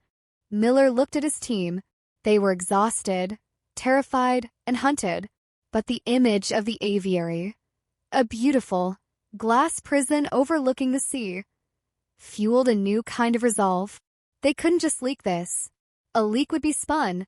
A leak would be buried by high-priced lawyers and misinterpreted evidence. They needed to go there. They needed to see inside the glass. They needed to find out if the aviary was just a historic crime scene, or if it was still active. The Matt Titchby and the mysterious disappearances hadn't stopped in 1988. They hadn't stopped in 2024. If the pattern held, there were birds in that cage right now. The plan was madness. To infiltrate the Holloway estate was to walk into the lion's den, a fortress guarded by the same aegis secure mercenaries who had just tried to kill them. But they had a weapon the enemy didn't expect. The architect's own blueprints.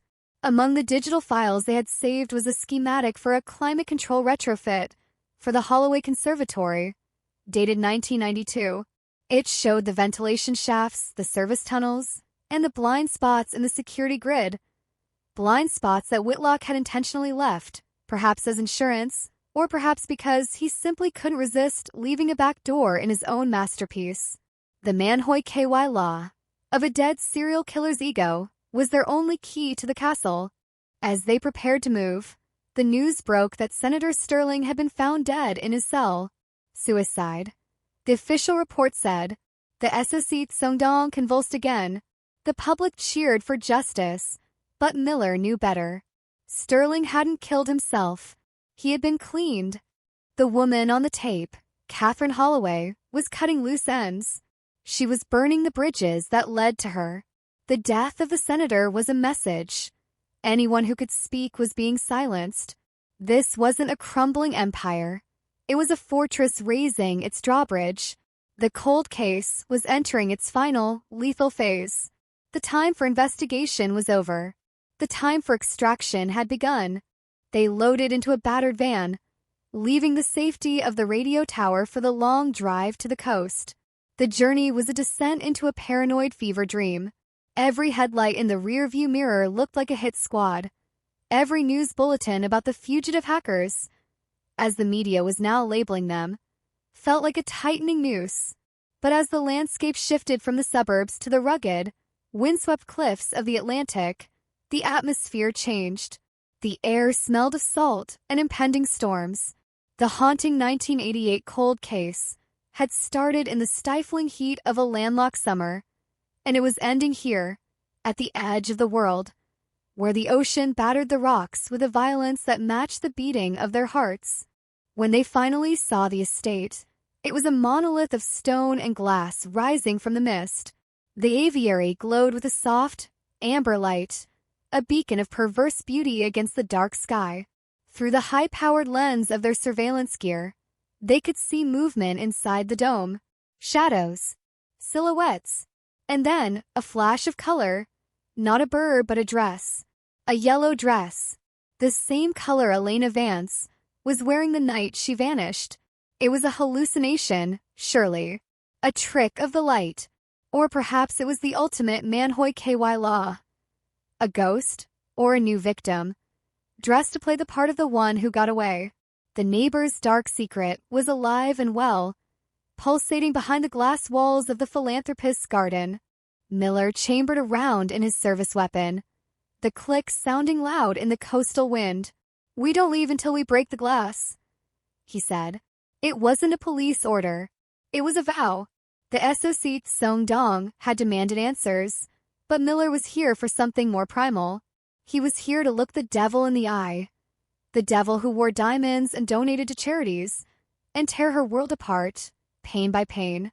The cold case was about to become a hot war on the cliffs of the Atlantic. The Atlantic gale hammered against the limestone cliffs, a cacophony of wind and spray that masked the subtle, mechanical whine of a ventilation fan grinding to a halt. Detective Miller, his face smeared with grease and rain, lowered himself into the black throat of the service shaft.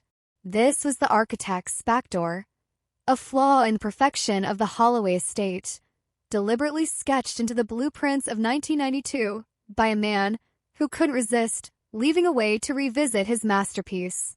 The air inside the tunnel was stale, smelling of ozone and high-voltage machinery, a stark contrast to the salt spray wildness outside. Miller's team followed in silence, their movements synchronized by the desperate necessity of survival. They were no longer law enforcement. They were invaders in a sovereign nation of wealth and madness. As they crawled through the claustrophobic darkness, the Manhoy KY law, the strange clues of the tunnel itself began to tell a story. The walls were lined not just with cables, but with acoustic dampening foam, the same yellow material found in Arthur Jenkins' basement and in the Oregon cabin. It was the signature of Charles Whitlock, a connective tissue of insulation that bound the dank cellar of a serial killer to the gleaming infrastructure of a billionaire's estate. They were crawling through the arteries of the beast. Chin, the tech specialist, paused at a junction, her screen glowing blue against her terrified eyes. "The sensors are down," she whispered, her voice trembling. "But the biometric locks on the main door, they're active. Someone is inside the dome. Right now." They reached the grate at the end of the shaft. Through the slats, a soft, amber light poured in, accompanied by the surreal sound of those deep, resonant chimes, the solfeggio frequencies that haunted the background of the senator's tape. Miller pushed the grate. It swung open with a silent, well-oiled glide. They dropped onto a floor of polished marble, weapons raised, expecting a squad of mercenaries. Instead, they were met with the humidity of a rainforest. They were inside the aviary. The structure was a technological marvel, a cathedral of glass that defied the violence of the storm raging just inches away on the other side of the panes. Inside, the air was warm, perfumed with jasmine and orchids. Water trickled down walls of living moss into koi ponds that shimmered under recessed lighting. But the beauty was nauseating. It was a curated ecosystem, a synthetic paradise designed to preserve things that didn't belong there. And then they saw the birds. They weren't in cages. They were the inhabitants of the garden. A young woman sat on a stone bench, staring blankly at a kinetic sculpture that spun in hypnotic circles. Another walked slowly along a gravel path, her fingers trailing over the leaves of a fern. They were dressed in vintage clothing, chiffon dresses, silk blouses, garments that evoked the late 80s.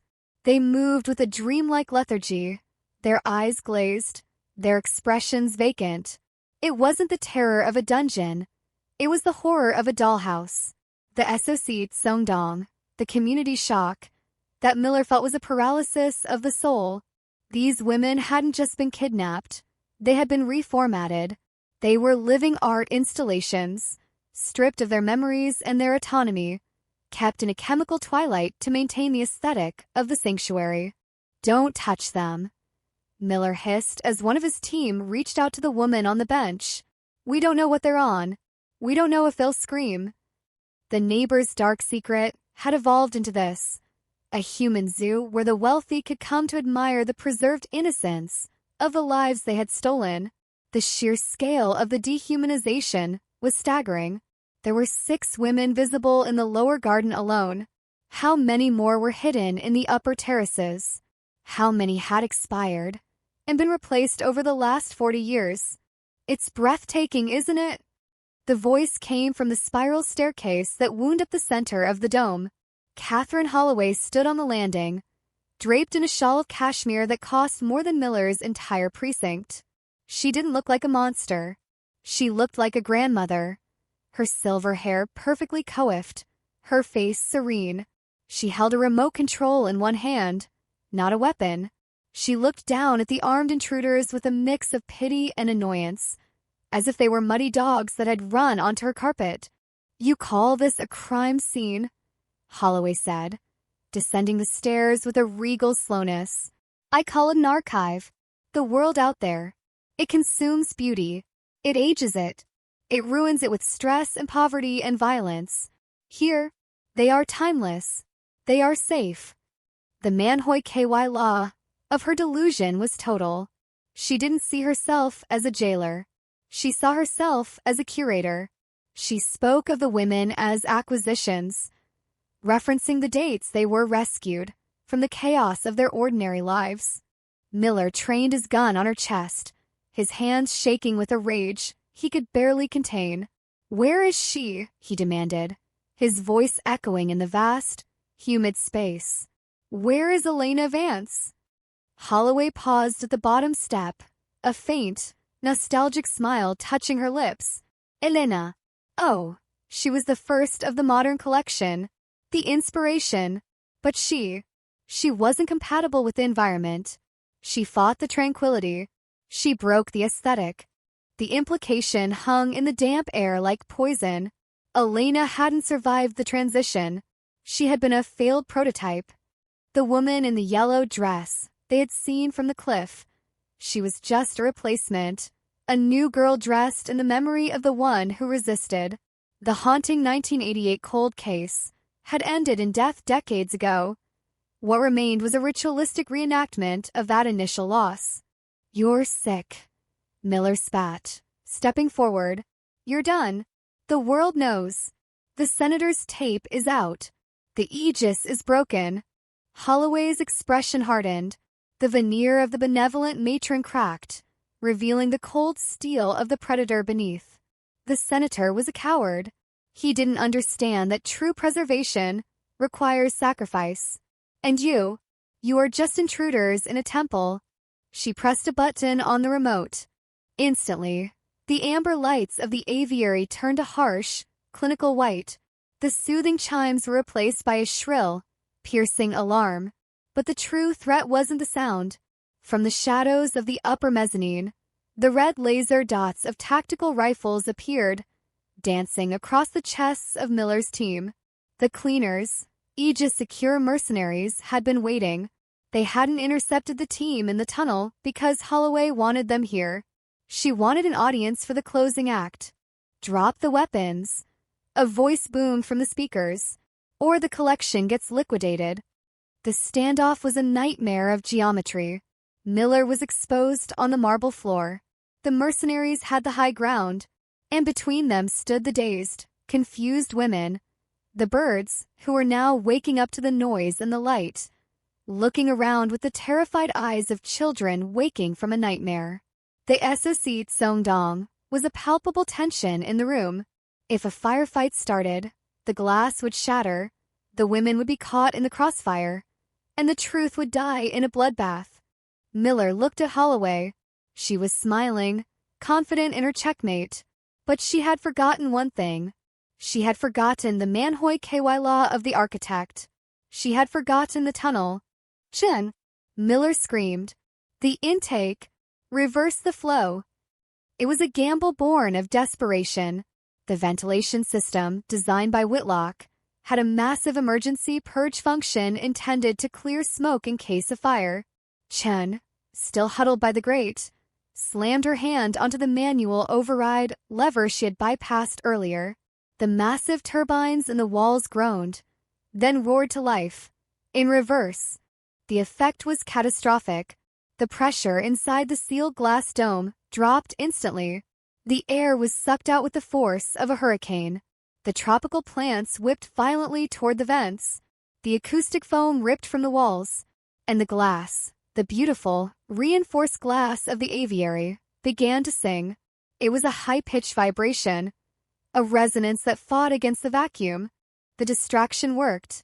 The mercenaries on the balcony stumbled as the wind hit them. The red lasers wavered. Miller didn't hesitate. He tackled Holloway, driving her to the ground just as the first pane of glass above them exploded. The sound was like a bomb going off. The storm outside, held at bay for decades, rushed in to meet the vacuum. Rain, sleet, and freezing winds swirled into the tropical paradise, shredding the leaves and shattering the illusion of the sanctuary. The temperature plummeted 40 degrees in seconds. The birds, jolted by the cold and the noise, began to scream.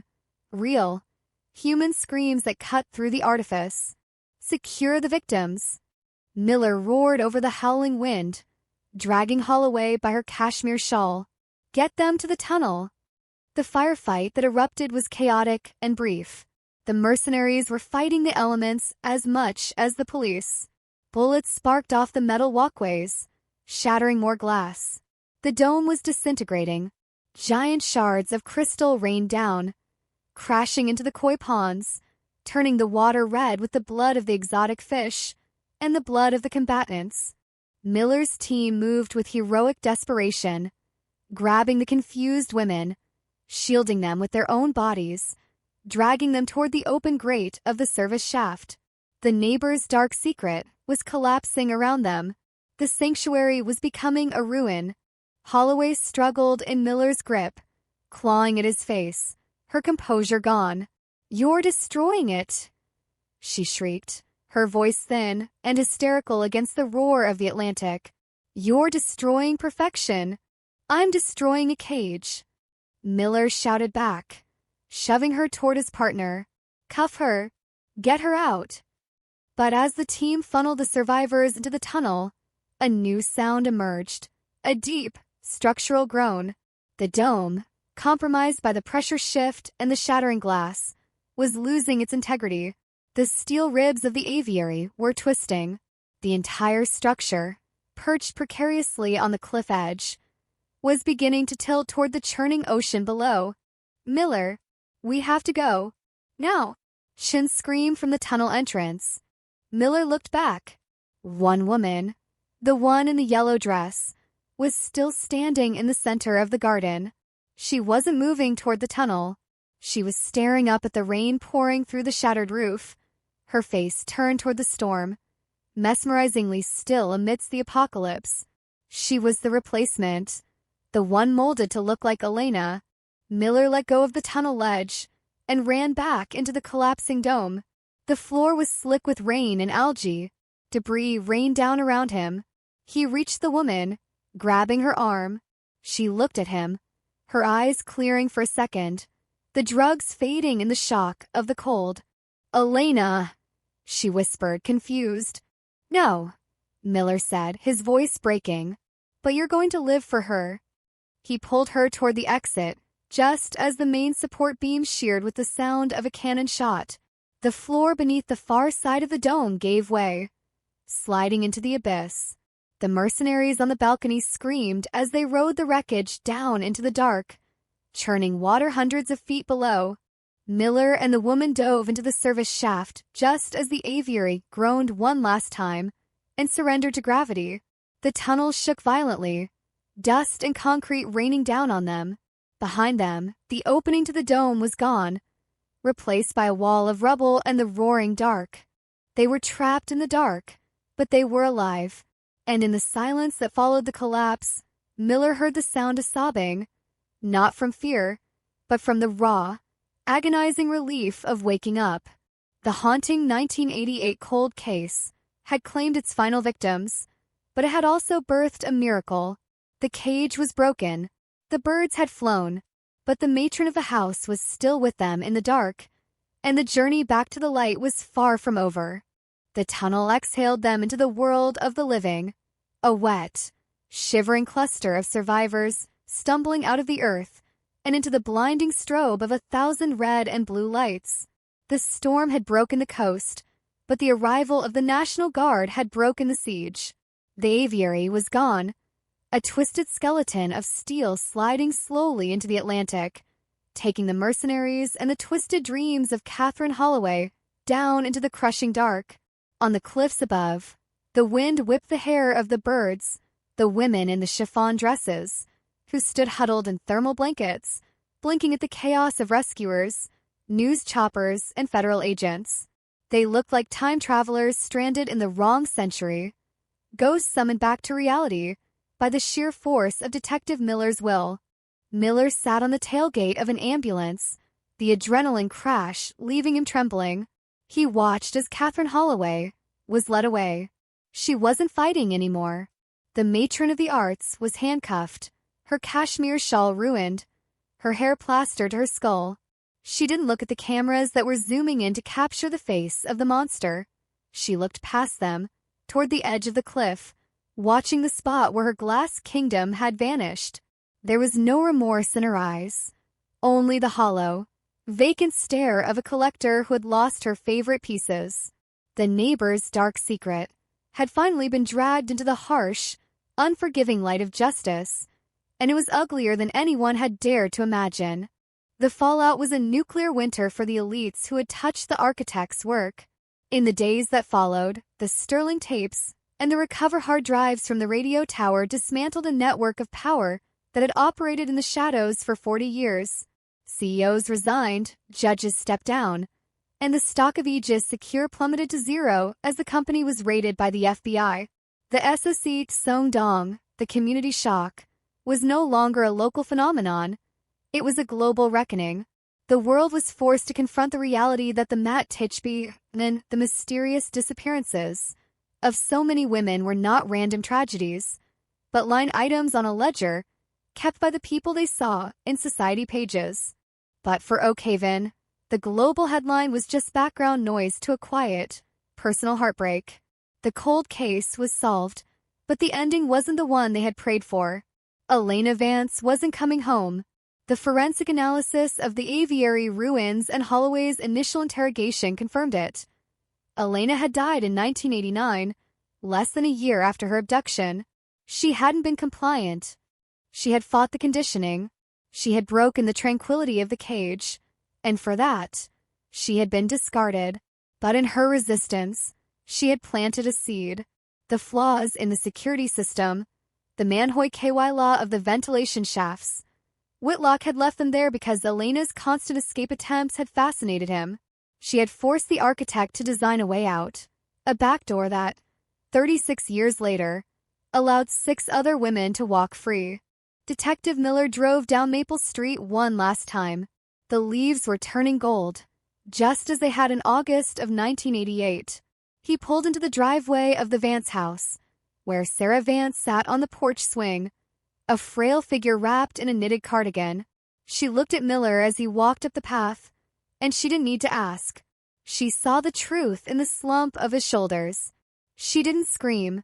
She didn't weep.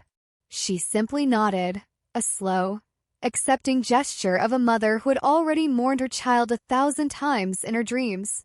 Miller sat beside her, the wood of the swing creaking in the autumn silence. He reached into his pocket and pulled out the small, hand-carved wooden bird they had found in Arthur Jenkins' basement. The one Manhoy KY law that proved Elena had held on to her soul until the very end. He placed it in Sarah's trembling hand. "She didn't make it out, Sarah," Miller said, his voice thick with emotion. "But she saved them. The women who came out of that tunnel. They're alive because Elena wouldn't break. She broke the cage before we ever got there." Sarah ran her thumb over the smooth wood of the carving, her eyes filling with tears that finally, after 3 decades, felt like a release rather than a curse. "She was always stubborn," Sarah whispered, a faint, heartbreaking smile touching her lips. "She never did listen to the rules." The haunting cold case closed not with a gavel, but with that quiet moment on a suburban porch.